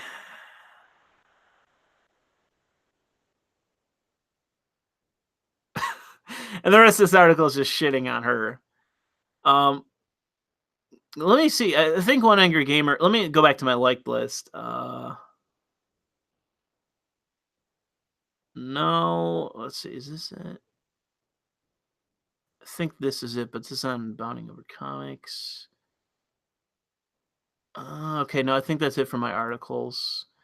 But I got another article here from Bounding in the Comics, and this deals with the 2 of the ad, the reaction to the ad, and to what this developer said to Gamasutra about what they want to implement in the game.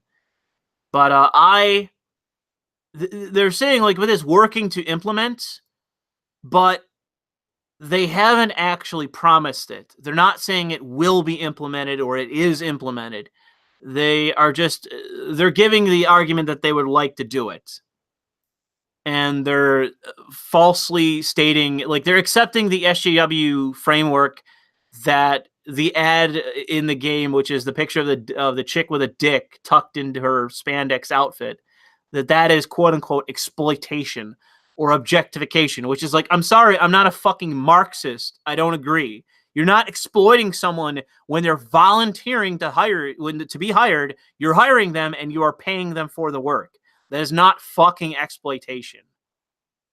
Exploitation has a dictionary definition. I am not a communist. If you aren't a communist, why are you accepting the communist definition and not the actual definition if you live in a liberal society with at-will employment? Okay, so I don't really know if I really want to get into the discussion that I want to ask in the video, because it kind of undermines the basis of the video. You know what? Let's see in the chat. I'm gonna do a vote in the chat. So let's restart. Let's wind this back, and I'm gonna ask the chat. Press 1 if you wanted me to just clip out this part of the stream and make this the video, or whether you think 2, I should just go back and do a whole video with me just talking and you not listening, and having it not so choppy and casual sounding. So press 1 in the chat if you want me to just segment this, or 2 if you just want me to do a video on my own. Okay, I'm seeing a lot of 2s. Some 1s, but mainly 2s.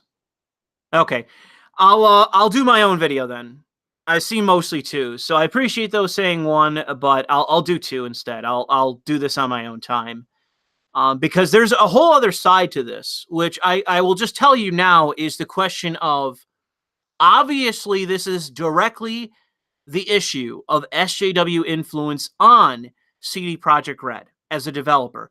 This is them outright saying to Mike Pondsmith, who they have no respect for as a visionary. They have no respect for the fact that this guy and his wife created this entire goddamn thing. This entire concept, this entire thing is his idea. The entire basis of this game is his idea. This is his vision as an artist. They have no respect for that.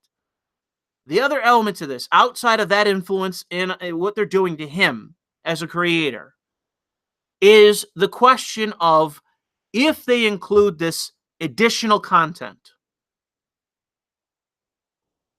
Does the inclusion of that content, is it itself a problem? Or is it something that you are willing to accept for the sake of including content? Like, I've already said that the biggest issue I have with the game is the fact that I really don't like the female voice actress for V. Based on the footage I've seen, I really don't like her. I don't think she's good. The male V sounds very good. She doesn't sound good. But maybe that's just me. However, I'll ask that now to the chat just to bounce it off of someone other than myself. Do you think that the actual inclusion of this, separate from the issue of SJW influence, is something that you find acceptable? Because the problem that I have with this is it's a developer not promising something, but alluding to the idea of including content that may be included with the original vision of Mike Pondsmith, but it's promising something in essence that is something that shouldn't be up to him to promise. This is not his vision. This is Mike Pondsmith's vision. And he's talking about something in a sense that he's claiming ownership of that he doesn't have. He may be developing this game, but it is in fact not his vision. He's one guy at the studio. He is not Mike Pondsmith. And Mike Pondsmith, for all the gangs, for a whole part of this game, has been consulted on everything, top to bottom, consulted. Where is the consultation on this? Because it completely seems to me that Mike Pondsmith is being completely laid on the sidelines, whereas you have the random guy like Yang Ye just asking the source what his opinion is on the Voodoo Gang. But in this regard, why is no one going to Mike Pondsmith and asking his opinion on this? Because according to the lore of the game, it already exists. Like, you can, in fact, have transitions in the lore of the game, but it comes at a cost. There is a cost in the game to that. And if it's not going to be incorporated into 2077, that is a deviation to what is existing in the lore from 2020. And if it's against Mike Pondsmith's wishes because of what's been already oriented in the actual lore, then that to me is completely disrespectful to the person that created this. So I honestly think that there's a greater issue here, but putting it to the chat, what do you guys think about the inclusion of this content? The cost is humanity. You lose humanity. Like, it's more augmentation. It's the same cost of augmentation. You lose part of your humanity, and you have a greater chance at cyberpsychosis, which is where you go crazy from augmentation. That's the cost in the lore. Keanu's opinion doesn't matter on this.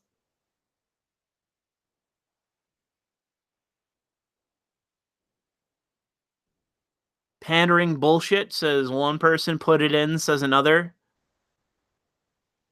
50-50.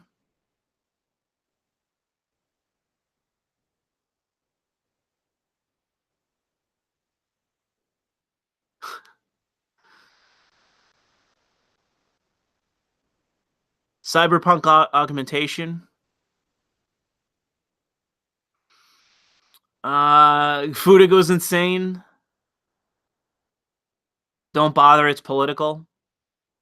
Well, the demand is political. So that's the problem, is the cost of putting it in. Because it also depends how they do it. Even if they just include it into the game, there is a question how they implement it and whether it's actually respectful to the man that created the content, because it's already in the lore. It's already in the lore. And let me find that tweet. I've been spamming shit out for the last few days, so it might take me a minute to find it. But I retweeted the actual rule book, the lore book for 2020. Let me find it. Here it is, right here. So this, I believe, is from 2020. And let me read this to you. Diversity and unity. It is now accepted among historians. Actually, no, this is just a no, this is a quote about something different. My bad. This isn't the trans issue. Let me Google it. Cyberpunk 2020 Transition cost to humanity. Let me see if I can find it on Google.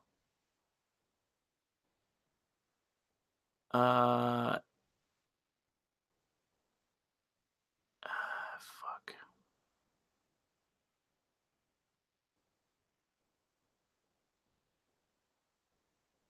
No, I'm not seeing it. Let me look. Transgender. Let me find that.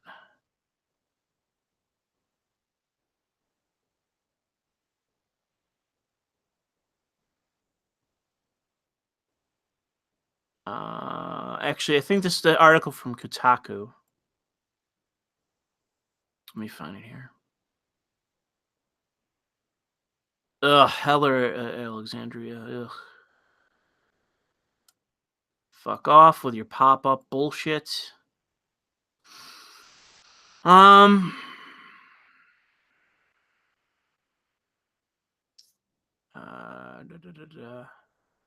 Okay, here. So I'm going to use this as an authoritative source. So it says right here, sex changes lower a player's humanity score in some rule books for Cyberpunk 2020. And if I believe this right, it is directly from the source, which is Mike Pondsmith. So according to the rules of the game, if you have a sex change, which it allows you to do, it lowers your humanity score and it makes you more vulnerable to cyberpsychosis. So I'm going to use that as an authoritative source.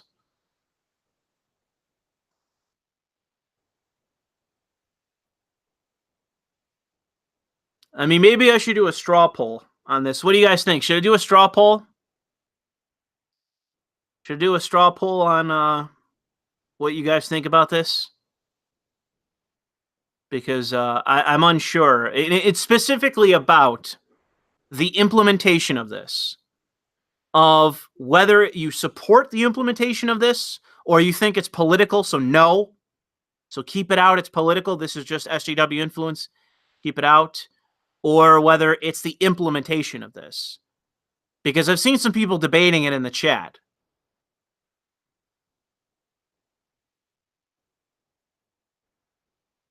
It's role playing. Alice Malice, who asked what would the incentive be for the sex change if it lowers humanity? Role playing.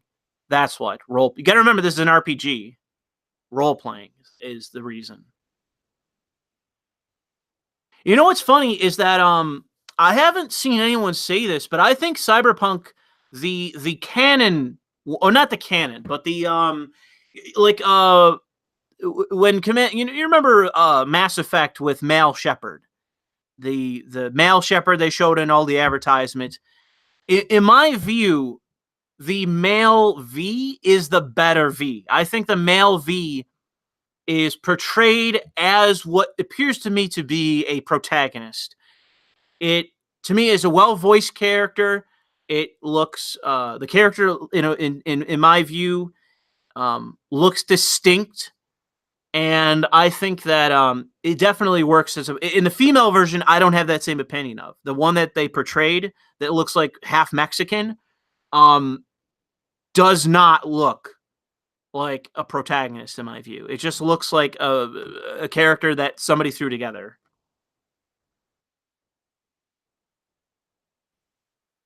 I agree that I don't agree that Jennifer Hale is a much better voice actor, Bobby B. I think they were both pretty good. But I just mean that the male version of V looks like the protagonist. The female just does not match in my view. And I probably will play the game as both a male and a female because it might become the case where I just have enough of the shitty female voice actor. But in any case, that's really besides the point, honestly. But I just think the male is honestly better than the female at this point. The one they portrayed. I think the female looks terrible. And I think the male looks good.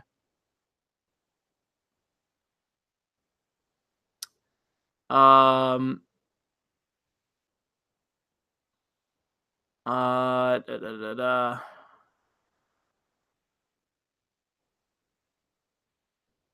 Yeah, somebody said in the chat, Meritrix says, I think if you got cyberpsychosis from it, the SJWs would actually hate it even more. So I say go with it. That is the thing. That if you include transgenderism in the game, but it comes at a humanity cost, and so it makes it easier for the character to have cyberpsychosis, which they, as far as I know, is implemented in the game. You can only modify yourself to such an extent before you go crazy in the game, as far as I'm aware. That is in the game. I shouldn't have brought up fucking Mass Effect. That appears to be a mistake. Because now people are arguing about it in the fucking chat when it's irrespective of what we're talking about here. Okay. Let me get a straw poll going.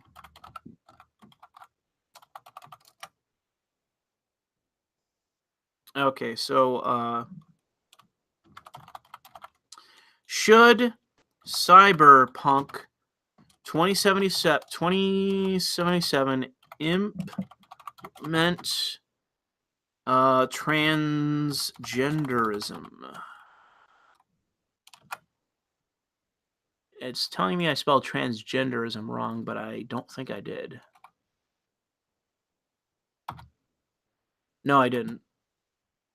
How do you, like, I'm gonna have to Google transgenderism to see how it's actually spelled, because this is like fucking with me.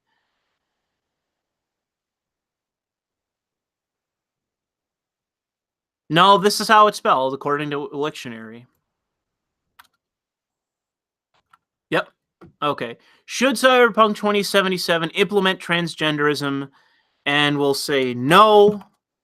The demand is we'll start with yeses and then move to yes, so long as it reflects the lore, the authoritative lore, and that is cost to humanity.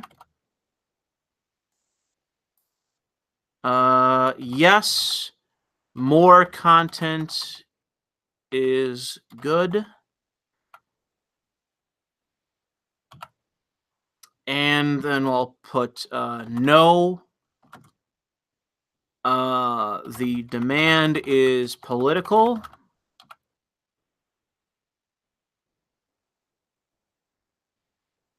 Let's see here. Allow comments. Okay. Any suggestions for actually let me make sure this should it, instead of putting cost to humanity, should I put cyberpsychosis? What do you say, chat? Cyberpsychosis or cost to humanity? What do you think is better? The way to describe this.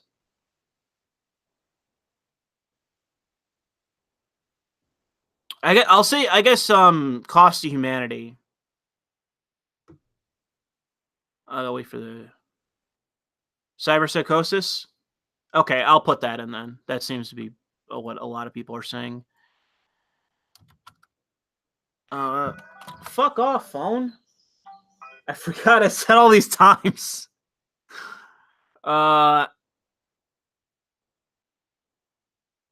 Okay, so how do you, let me put this on screen. Okay, so this is what I got so far. I have should Cyberpunk 2077 implement transgenderism? Yes, so long as it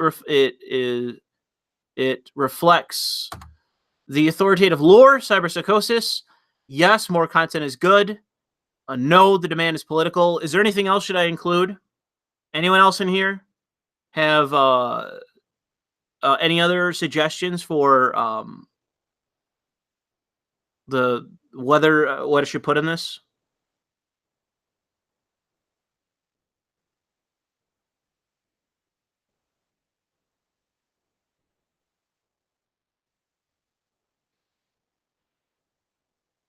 I don't think Pondsmith is compromised.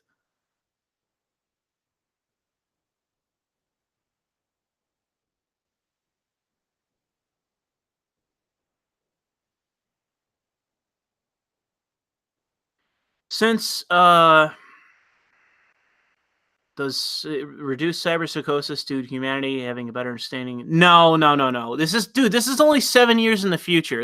It's, as far as I know, the lore is the same. As far as anyone's aware, the lore is exactly the same, because there's a new edition of Cyberpunk 20, or of whatever the fuck it is, Cyberpunk Red, that's in the past. So the most recent iteration of Cyberpunk that we have is 2020.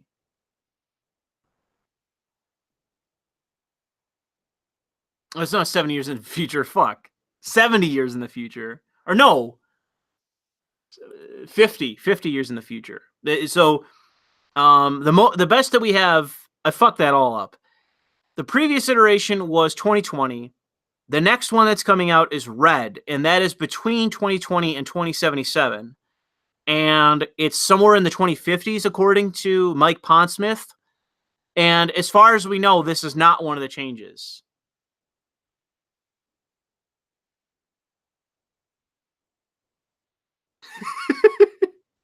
I corrected myself. Fuck everyone in the chat.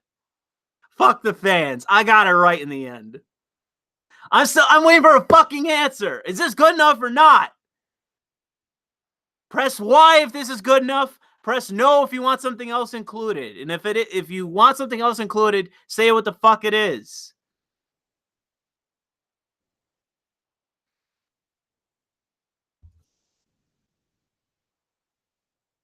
Well, what do you want for more answers?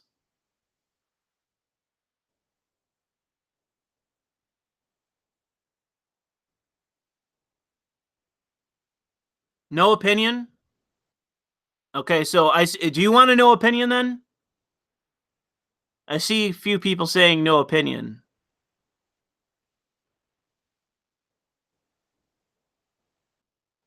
Add lowly. Unsure pull option.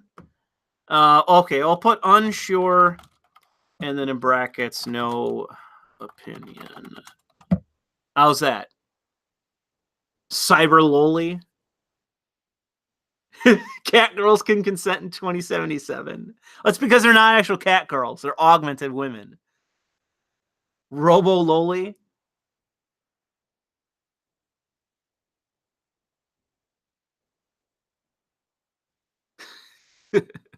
I'm not adding any bullshit fucking options. Lose your humanity to become a lowly.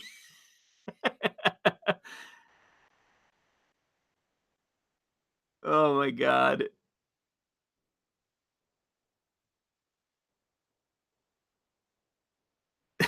Oh my god. Oh, the chat's going fucking crazy. All right.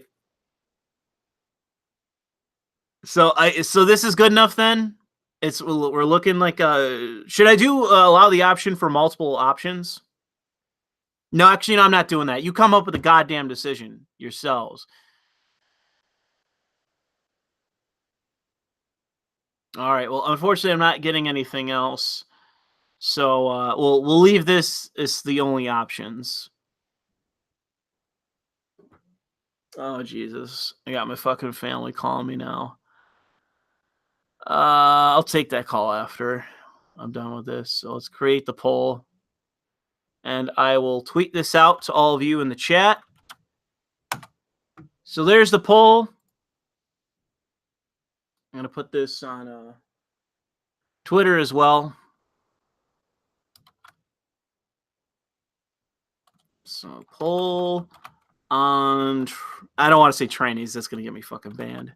Trans content in Cyberpunk 2077. So the straw poll is out, and let us see what people's opinions are. I'll put this out on Gavin and Facebook as well.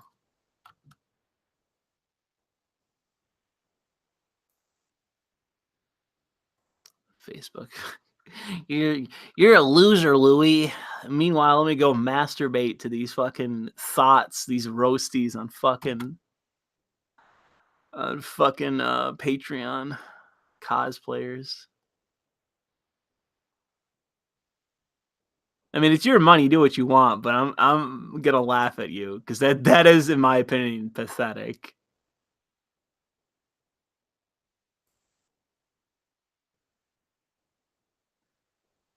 All right. Classical positioning says, why not attach a dollar value on the changes SJWs have made to make a monetary case for how off Mark 2077 is gone? Do you mean like include it as like a paid DLC? That would be an interesting idea, like a censorship DLC. Like if you want to censor the game, uh, include an option to buy it. That would be my idea. I do that just to mock them and to make money.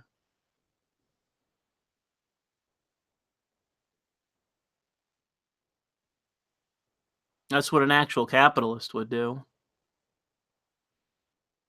Let the market sort it out. All right, let's take a look at the results. Oh man, did my shit get Oh no, it's on there. Okay. Okay, so far it seems like the heavy majority of people are saying yes, so long as it reflects the authoritative lore, and that minority people are saying no. This appears to be the heavy opinion so far, but this isn't exactly a scientific vote. But yeah, I'm not going to give my opinion either way until I do that video, and I'll include this poll in it just to, include you guys on what you think in it. Oh, Jesus. This fucking hot take from Dude Guy McPants says, yes, add transmissions, but a 40% chance to suicide. Well, that's the fucking, that was part of the video that I was going to do. I don't know if I saved the link, but I had an article that I just stopped and laughed at. I tweeted it out, and I forgot what I said originally. Oh, here it is. Let me put this on screen. I'm spoiling the whole video here. Here we are years later, where half of all silent generation people, like people are 100 years old and going, yes, I support gay marriage, and fucking 4 in 10 LGBTQ youth seriously considering attempting suicide last year. So it's like, everyone accepts you and you still want to fucking kill yourself. Like, what can be done? What can we do to placate you? Like, you appear to be people that have a mental illness. And no matter what we do, no matter how much we accept you, you still want to fucking die. Oh, man. So I was going to include that. I probably shouldn't have said this to you guys in the stream because I've just spoiled it. Because it's like the statistics are still fucking insane around people that are gay. It's like insanely high disease rate, suicidal, mentally ill. The lesbian women have a significantly higher chance of getting pregnant than straight women, and gay men have a significantly higher chance at getting diseases than straight men. Like, there's so many bad statistics about gays.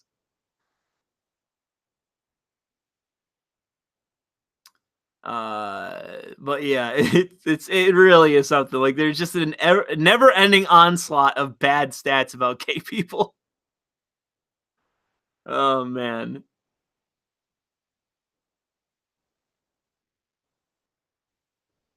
Lesbians have way more physical abuse in relationships too. Maybe. Yes, lesbians get pregnant more. That is a study that has been what is it called? Where you have basically, is it longitudinal? Is that what it is? Let me look up that word. What's the study where it's a series of studies over years? That's called something. Somebody in the chat shouted out what those are called, where you have a series of studies over a span of time. And these are scientific studies with a good enough sample, by the way. Longitudinal? Okay. Sorry, I forget.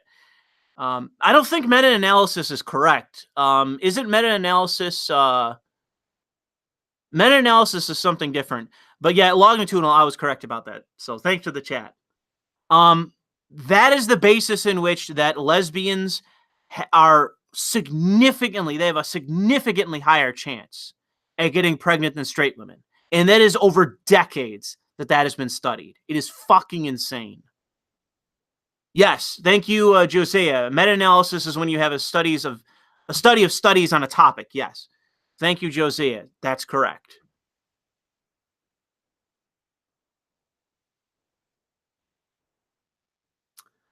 But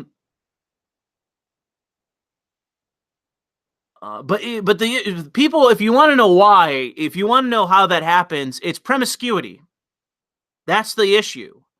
Is that lesbians are significantly more promiscuous than straight women, statistically speaking.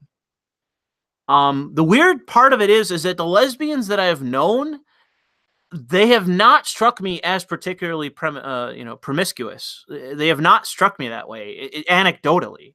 But statistically, I'm not going to deny the facts. You know what I mean?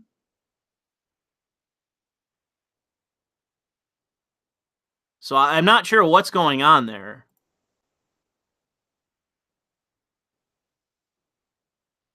Yeah, that would make them bisexual, but that's not how they identify. They identify as lesbian. They do not identify as bi. That's been covered in the study.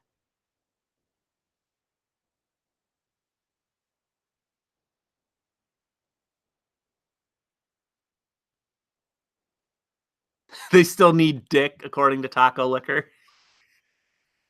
Apparently. I really don't know.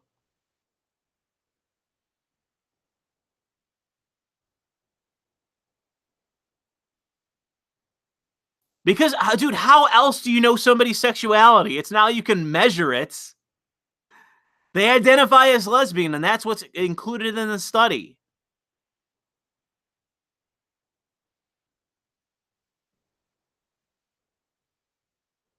I've also seen the other day, that reminds me, there's a study, and I haven't investigated to see whether it's a big enough sample yet, because with transgenderism, you never know. Because it's such a small demographic. You don't know whether the studies are scientific or not. And if it's a small enough sample size, like well under 1,000, that is not a scientific study. But it was like some astronomical amount of trans people have HIV, like some unbelievable number of trans people have HIV. And it's like, I didn't look into it though, to see if it was actually scientific. Because if you go to some place like Seattle or somewhere and you do a study like that, yeah, you're probably going to get a high sample size of fucking people with HIV. But I don't think that one particular city speaks to every person in that demographic.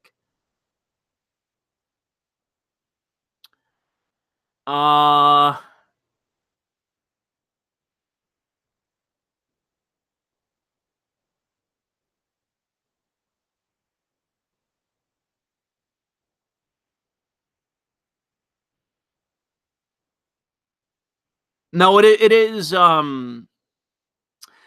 Well,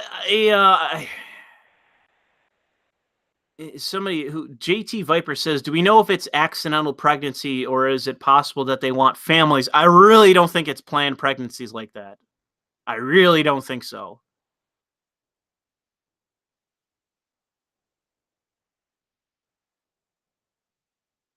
GTA 5 where they dropped Trevor in Seattle.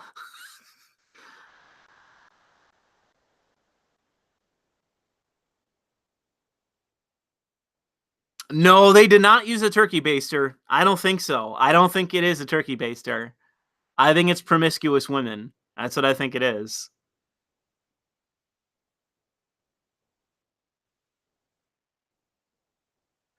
Why is the gay community so gross? I think it's just promiscuity. I think that's the problem.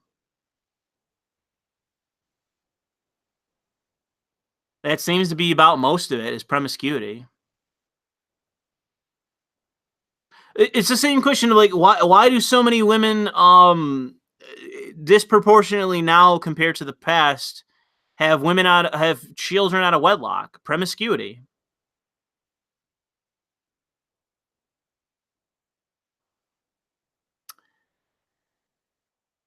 Uh,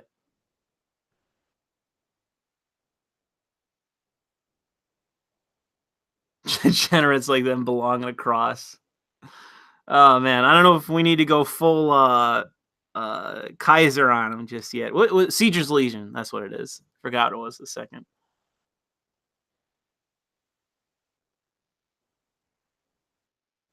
I don't think they're lying about their identity. I'm telling you, people are in the chat are just saying like, no, there's no way this can be true. Dude, it's been studied over decades. It's not like you can't get it wrong for decades when you are simply interviewing people about this, about their conduct and about how they identify.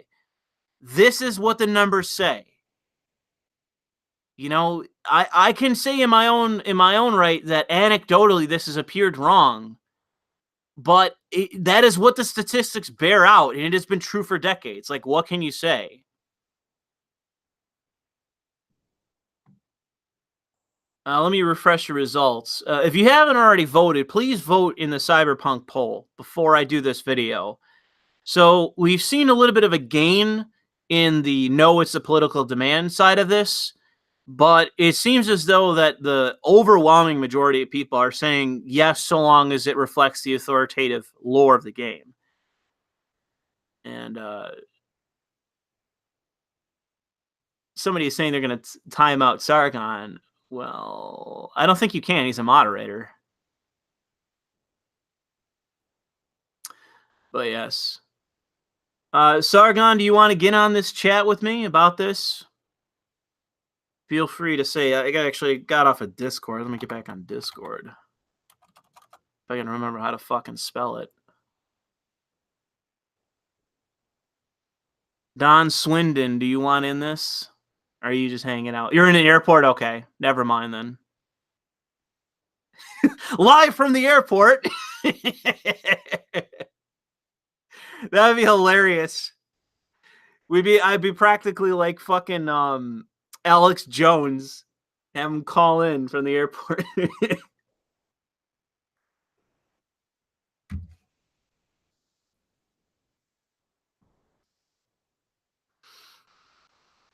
All right.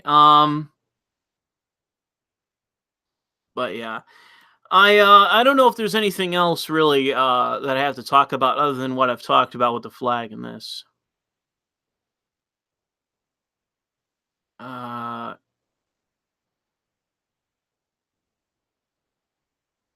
Okay, some comments on the flag stuff. Well, yeah, there is body modification like this in the universe. And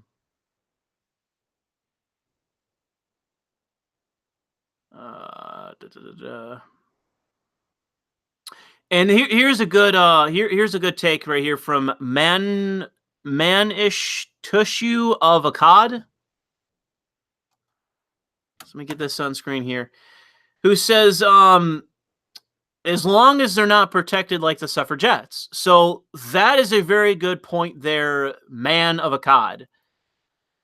The point he's making is about Red Dead Redemption 2. In that, in Red Dead Redemption 2, there were suffragettes in the game, and the problem was that despite them campaigning in the South, and there being loads of evidence that you can just look it up of leaflets that say, protect the white race, let white women vote. The entire campaign of the suffragettes in the South was hand in hand with the goddamn Klan. The game not only omitted that part, but falsified what they stood for. They falsified, they were accurate enough to portray the suffragettes as entirely white, but falsified the fact that not only were half of the people against the women's vote women, but also that the entire basis of their campaign in the South was the idea of let women vote to hold back the Negro because they now have the ability to vote. You know, put the black man down, let the woman vote. That was the entire basis for their campaigning in the South. And Rockstar 2 not only admitted that, but created some fanciful notion of what it was, which is about equality. Equality is an insanely modern concept. No suffragette believed in equality. No suffragette believed that. Zero believed that. It was never about equality because they omitted the blacks. They didn't believe in blacks having the vote. So that isn't fucking equality. The suffragettes believed in women's suffrage. In this case, white women being able to vote. And that's what they got.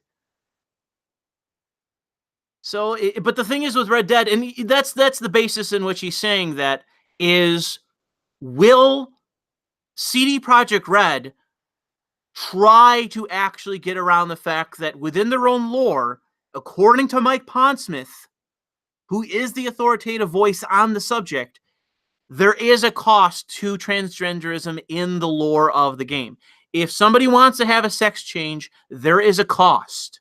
There is a price to the lore, to the RPG mechanics, which are incorporated into the game. Cyberpsychosis is in the game. And if that is the case, will the game reflect that? If this is implemented into the game, will that be actually implemented along with it? And I think that that is an excellent question asked by Man of a Cod there.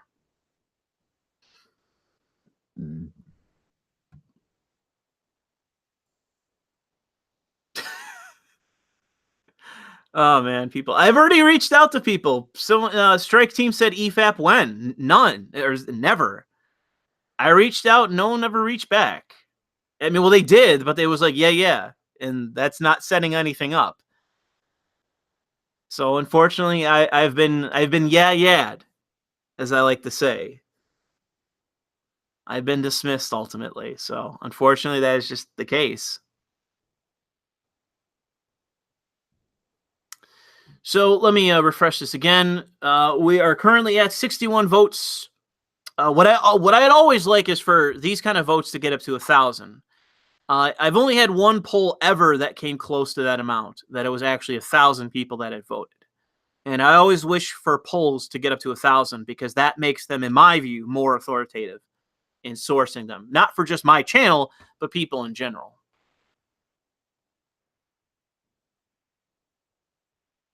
I don't really have much of an opinion on Doom Eternal.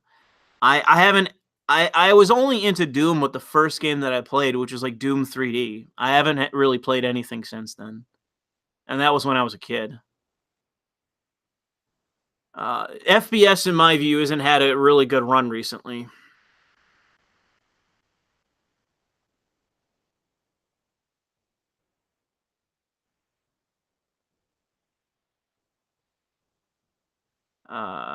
I got stood up. No, I just got blown off, which I assumed would happen. It's why I never really reached out in the first place, because it's what I assumed would happen. But I did my damnedest to reach out to both Short Fat Otaku and God, what's his name? I'm blanking. I'm just gonna look it up in the fucking not Uzulu. Who was it? Oh my god. Why am I blanking so hard on names, bro? Why am I blanking so hard on names?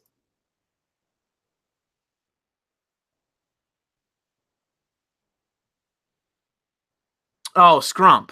Scrump, that's what I'm thinking of. I reached out to them. They said we'd set something up and didn't go anywhere, and I did the same with Muller and Rags.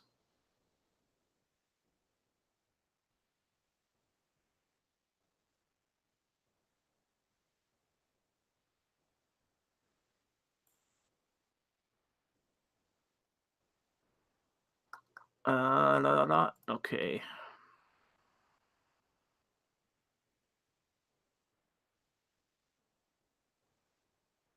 Was that a spammer link that I just saw pop in? Yeah, moderators, if any spammers come in, you're fucking get rid of them.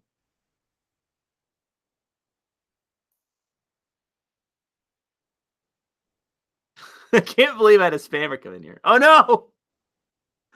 Oh no!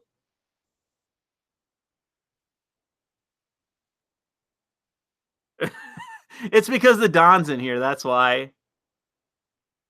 You did this, Sargon!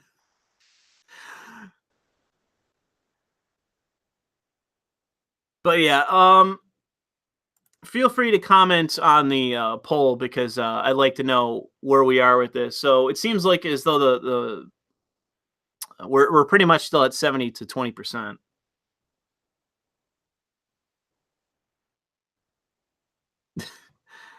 Oh man.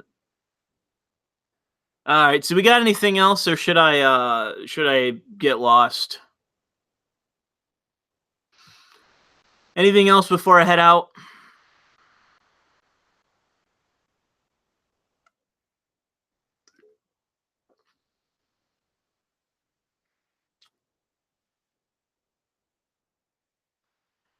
Jason Stark says on Twitter, my concern is when it's used like in Mass Effect, which is there for political pandering. If the game does it correctly, the only difference would be potential dialogue options, like some NPCs reacting hostile or positively similar to gnomes or orcs. Well, they say in the game that characters have defined sexualities. It's not like in oh man, it's been a while since I've played any games with like romance options, but there are games where basically everyone goes both ways, and then there are games that have defined sexualities. And as far as I am aware, the romances that are in Cyberpunk 2077, the people have defined sexualities that you can romance.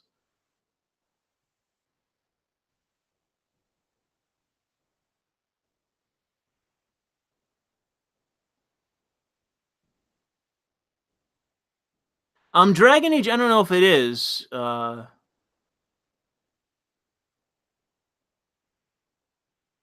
No, it's not true. Not everyone goes both ways in Mass Effect.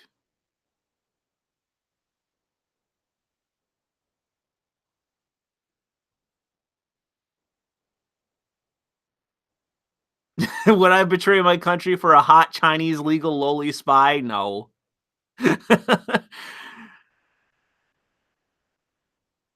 I don't think no, I don't think that's true. There, Abaddon. I don't think every romance in 2 was were bisexuals. I don't think that's true.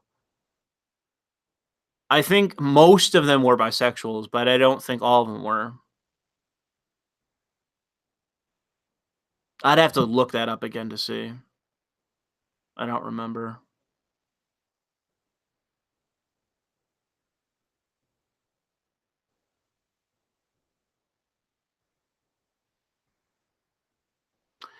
Anything else before we sign out? Before we're done? But yeah, I'm probably gonna go have dinner with my folks before I do the video. Uh, but yeah,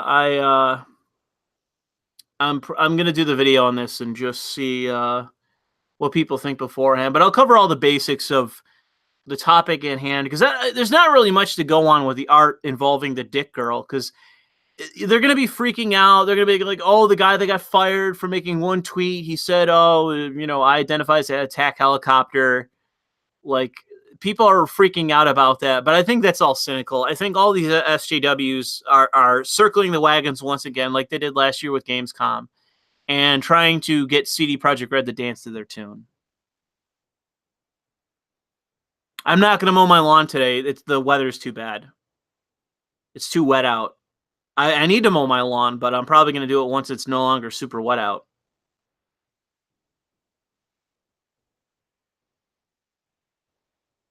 I don't really have any thoughts on the Modern Warfare thing with IGN. That looks stupid on their part, and people are making fun of them. So it's just IGN being full of fucking soy boys. Yeah, someone just said it in DA2. Sebastian, the DLC character. Sebastian, you can only have romance if you're a woman because he's straight. And I think the one chick who becomes the guard captain, I think she was also straight. And you could basically tease her as a female, and it would just like the joke was that like she just didn't get it because she's straight.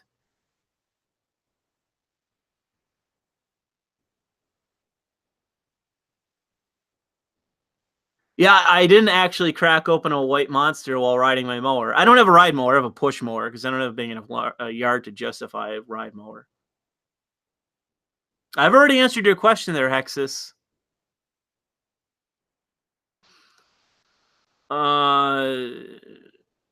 Alistair's only in Origins. Alistair isn't in any of the other games. He just shows up in 2, and I don't even think he's in 3 at all.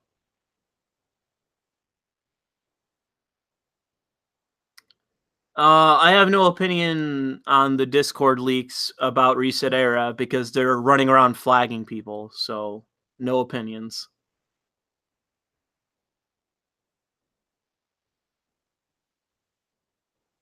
Just if you have any information, forward it to the FBI and let it be that.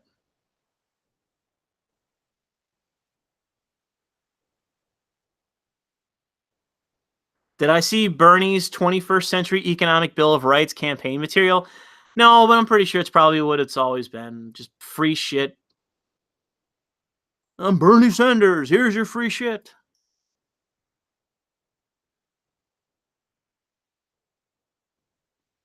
The odd guy says, how about an option for I don't give a fuck and no one else does either aside from window licking special needs children? Uh, uh, that's choice 4. I'll just tweet that back. There you go. Help you out there, odd guy. You're welcome.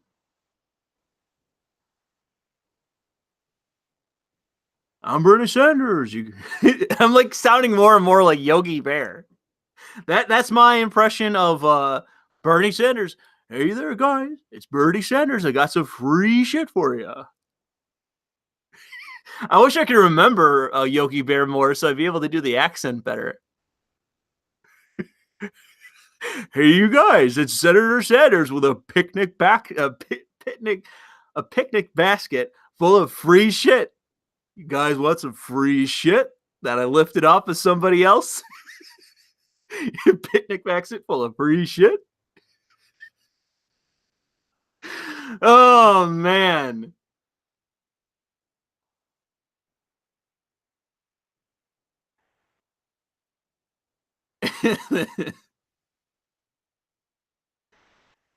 Oh man.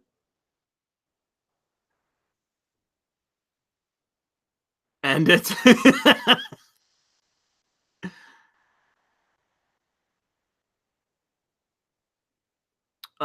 reading the comment section on Ruben's interview with Yang, everyone was sucking his dick and saying socialism is good. Well, I don't really want to badmouth everyone that's praising Yang, but I've listened to him before, and it just he sounds like somebody that's pandering. Like I think he's found like an articulate way of saying free shit that people that want like to get money for nothing, they have an excuse. I haven't seen anything from Andrew Yang that has shown me that I should be willing to vote for him. Yang is just an idea guy. I agree there, Patter. I don't really have much of an opinion of Cory Booker. I know he's like a pandering retard, but that's pretty much my entire opinion of him.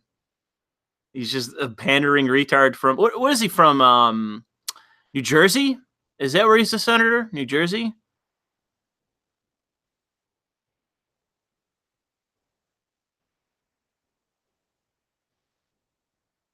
Yeah. Unfortunately, it seems like New Jersey's in the same boat as fucking New York, where we can't help but just elect the dumbest fucking Democrats in the country. I would still say to Cory Booker's credit, like Cory Booker to me comes across as more legitimate as a politician than Kirsten Gillibrand.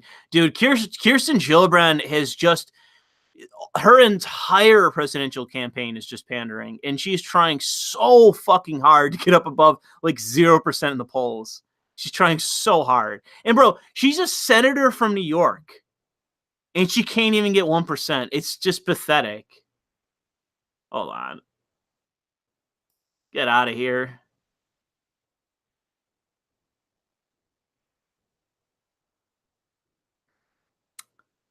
Chris Christie, I think he's done though in politics.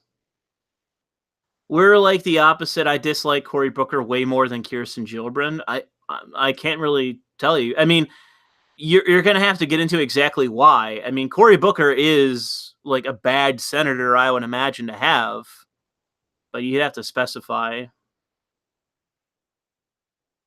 I mean, you can feel free to tweet me shit if you want to explain yourself more.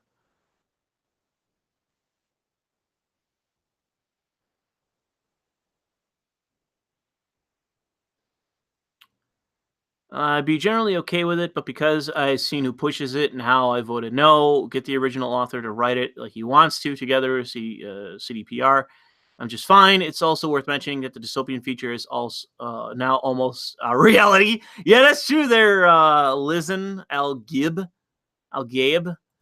That is true.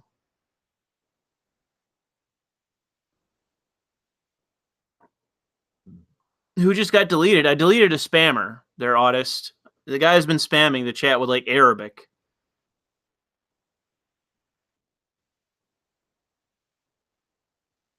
If I could do it from this screen, I would just ban this guy, but I can't.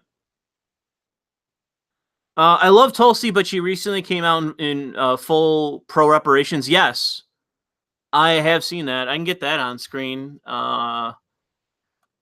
Tulsi Gabbard reparations.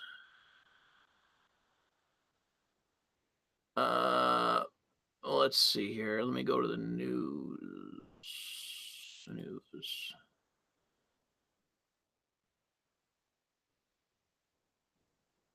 Black farmers.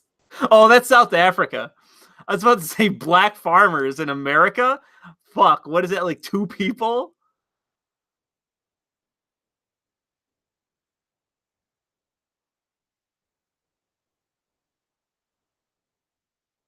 That's from last year. Let's see. I guess this here. House panel to examine slavery reparations 2020. Democrat hopefuls back legislation. The House Judiciary Subcommittee on the Constitutional, Civil Rights, and Civil Liberties. Blah, blah, blah. Oh my god, Ta-Nehisi Coates. Are you fucking kidding me? This fucking comic book grifter is involved.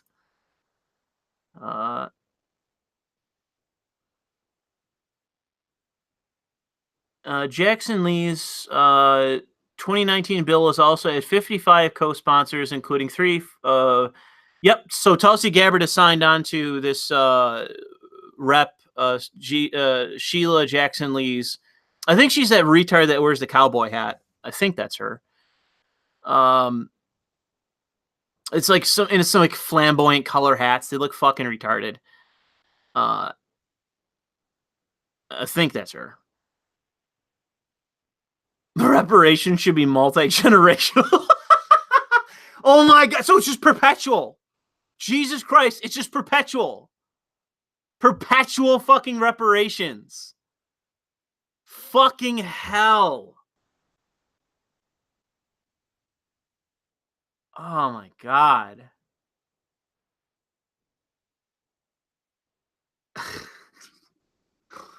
Oh my god. Shit, let me save this article. My god, how fucking stupid.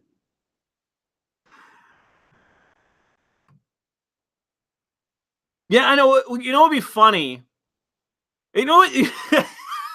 I mean, it's like on top of all the other shit that black people that are disproportionately getting. Like, I don't really need to go into it, but just look at food stamps and all the rest. Like, who disproportionately is on those welfare systems? On top of that, reparations. Like, perpetual, too. Fuck me, dude. These people are crazy. I mean, how is that not just buying votes? How is that not just buying votes at that point? Like, you are outright saying, like, vote for us. We are going to give you other people's money through the government. For crying out loud. This fucking world, man.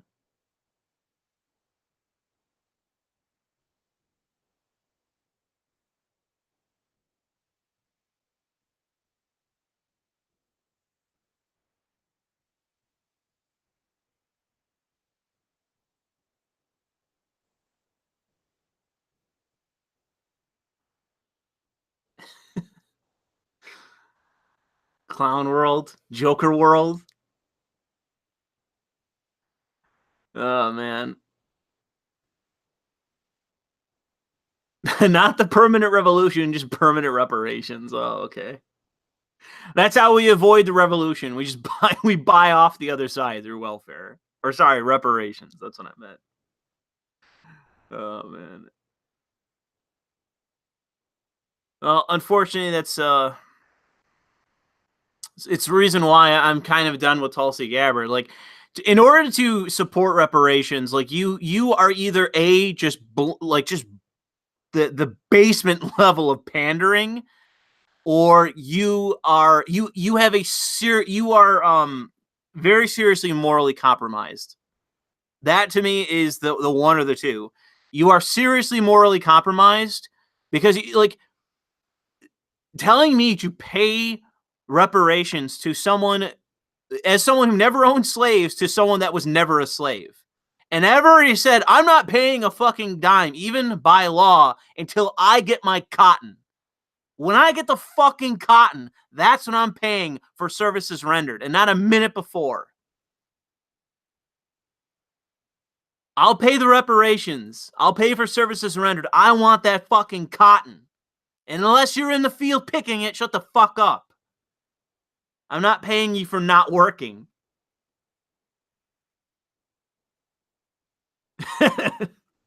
People in the chat saying they're going to join the alt-right if this happens. Well, like I've already said that there's simple solutions to issues like this, and I've been preparing to do a video where I elaborate. I haven't named it exactly how I want to name it yet, but it's in essence voluntary citizenship revocation, where the United States government pays you, if you should choose to, get a citizenship in a foreign nation and abdicate your citizenship in the United States. So let's say you become a Canadian. You get dual citizenship, and then you revoke and you can do this, you can revoke your previous citizenship. So you can renounce or revoke, however it's said, your citizenship in the United States, and you cannot apply for American citizenship once you leave for 20 years. Then the United States will cut you a check for the amount that it paid for you to go from American to Canadian. That, to me, is one of the intelligent solutions to how to deal with this situation. We will pay you to go away, in essence.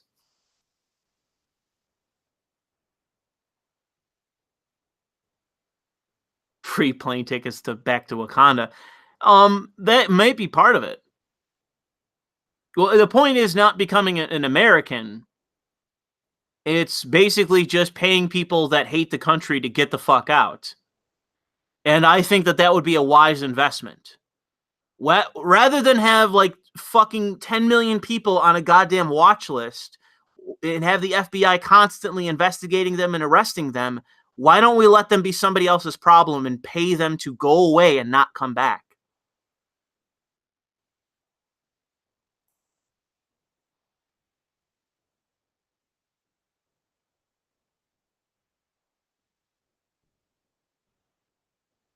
Gabbard is everything terrible on everything except foreign policy. That's not necessarily true, but it is true in some ways.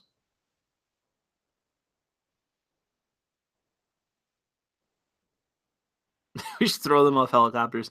No, because this you don't have to change any laws for it. You don't have to do anything evil. You could just, it's all voluntary. It's all voluntary.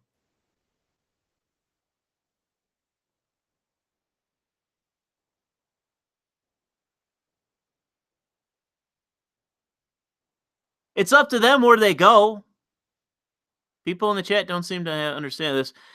Christian in the chat or the super chat says Tulsi is one of the few remaining relatively reasonable voices in the Democrats. Why the reparations? Why are all the Democrats like this? Dude, I left the party. You don't have to ask me there, Christian. I left the party. I became a Republican. Like, I just threw in the entire towel. Like, I just gave up. I was like, fuck this. I'm done. I'd rather try to reform the Republican Party to not be a bunch of fucking retarded boomers than bother with the Democrats who seem to have gone off their deep end completely in every one of them. In my view, the party is in many ways just a lost cause. I want to redo Black Panther, but it's in Detroit. Oh, man. Yeah, one of these days I got to do that video on the New York City crime statistics. That's going to be a wild video. If there's any video that's going to get me taken off of YouTube, I think it's going to be that video. It's going to be a wild video.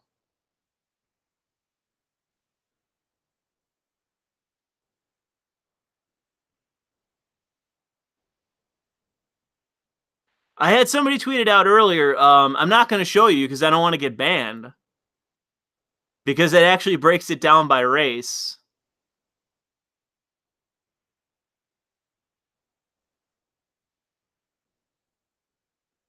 Let me find that chart. It wasn't Zeppy that tweeted that at me. Who was it? Let me find it.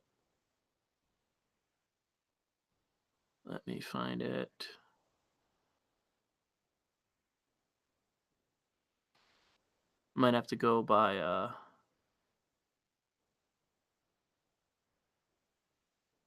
replies just so I can find. Oh, here we go. It's Diddy Ammon that says the international homicide rate, comparing the United States to the UK to European Union nations to Australia to Canada, and he breaks it down by ethnicity. And I'm not going to show you this chart because this might legit get me banned off of fucking YouTube. But he basically shows United States white, United States Hispanic, and black. And it's from FBI data. And I'm not going to show this chart, but oh man, you can imagine. I just want you to imagine. You can find it in my replies if you look hard enough. God damn, are those statistics wild, bro. Oh my God. Get out of here. Full click. Well, I can't get rid of you, dude.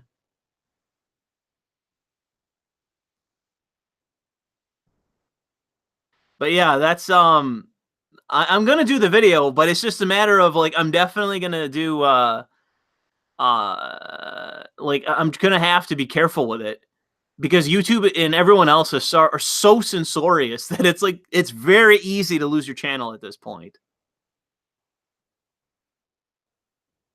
And that's what I'm afraid of, is that I'm gonna do something I'm just gonna point at statistics and be like, well, you can't argue with these. But man, buckle up for that video. I'm not sure when I'm going to have the chance to do that, but I have the stats and I'm just sitting on them, just waiting on a day that I feel like doing them and have the time. And I'm just going to do that video. And man, it's going to be I'm going to have to like contain myself because dude, the stats are so freaking crazy. They are so crazy. And I'm not even going to spoil how they're crazy. I'm sure if you look hard enough, you can find these stats, dude. But bro, the most recent ones too, even you just look at them like, oh my God, man, those are some black-pilled stats right there. The only saving grace is that if you actually look demographically in New York, even there is a very heavy percentage of the police force in New York City that are also black. So I don't think that it would be fair to label entirely blacks as a collective to say that, oh man, this is just the blacks. When it's like, no, there are also a disproportionate number of cops on the force that are also black trying to contain the bad actors.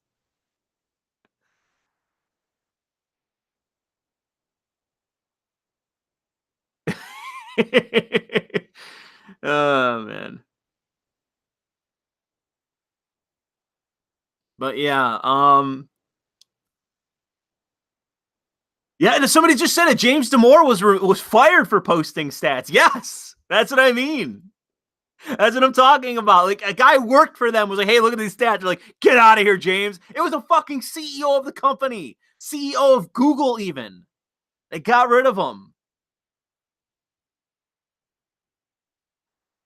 So yeah, man, you got to be careful nowadays. You just post some FBI stats, or you post some New York City from the police department themselves, being like, "Here's the statistics for the crimes," and you just look at them and go, "Oh my god, look at that diversity! Oh my god!" And they are, dude. They are straight up crazy stats. All right. Anything else before we wrap this up? Anything else before we wrap this up?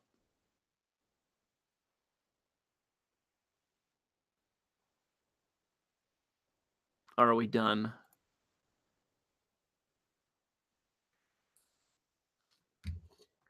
Yeah, the CEO came back from his vacation to fire him. That's correct. No, that's it. All right. I guess we'll end this.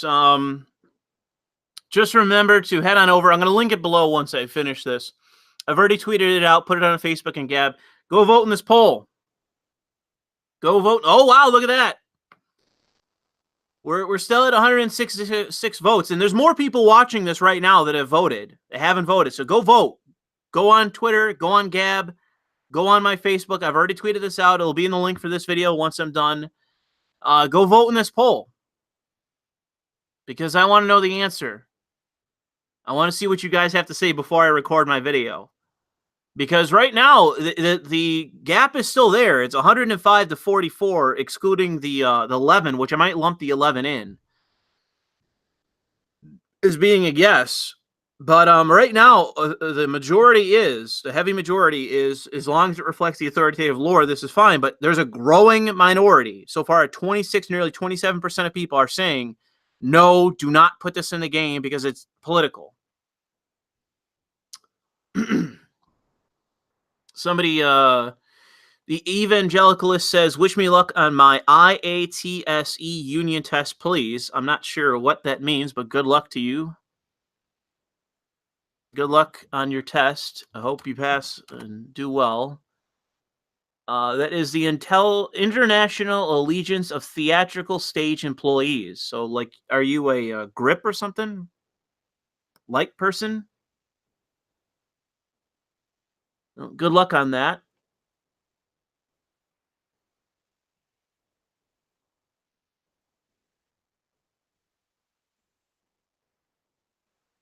Who posted what stats? All right, well, let's wrap this up. You can get a full-blown tranny on your car in the game. There is a tranny in the game. I saw a fucking screenshot going around of this roided out tranny. Go look it up. It's out there. So there are like weird, sexual fetishists in the games. So it's out there. Going for a grip. Okay, good luck. The crime by race stats. You'll have to find it. I already said what his name was. You'll have to find it in my replies. It's on there. The person replied to me. I don't want to put it on screen because it might get me fucking banned.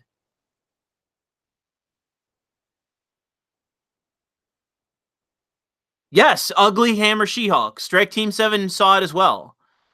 That image is out there. There's already like a crazy roided out fucking man that has tits.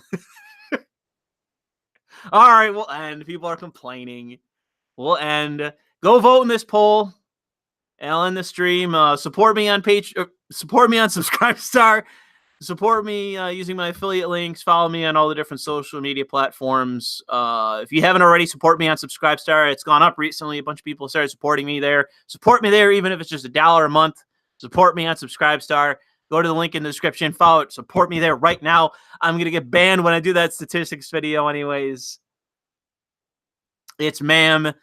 And we'll end the stream there. Thanks for listening.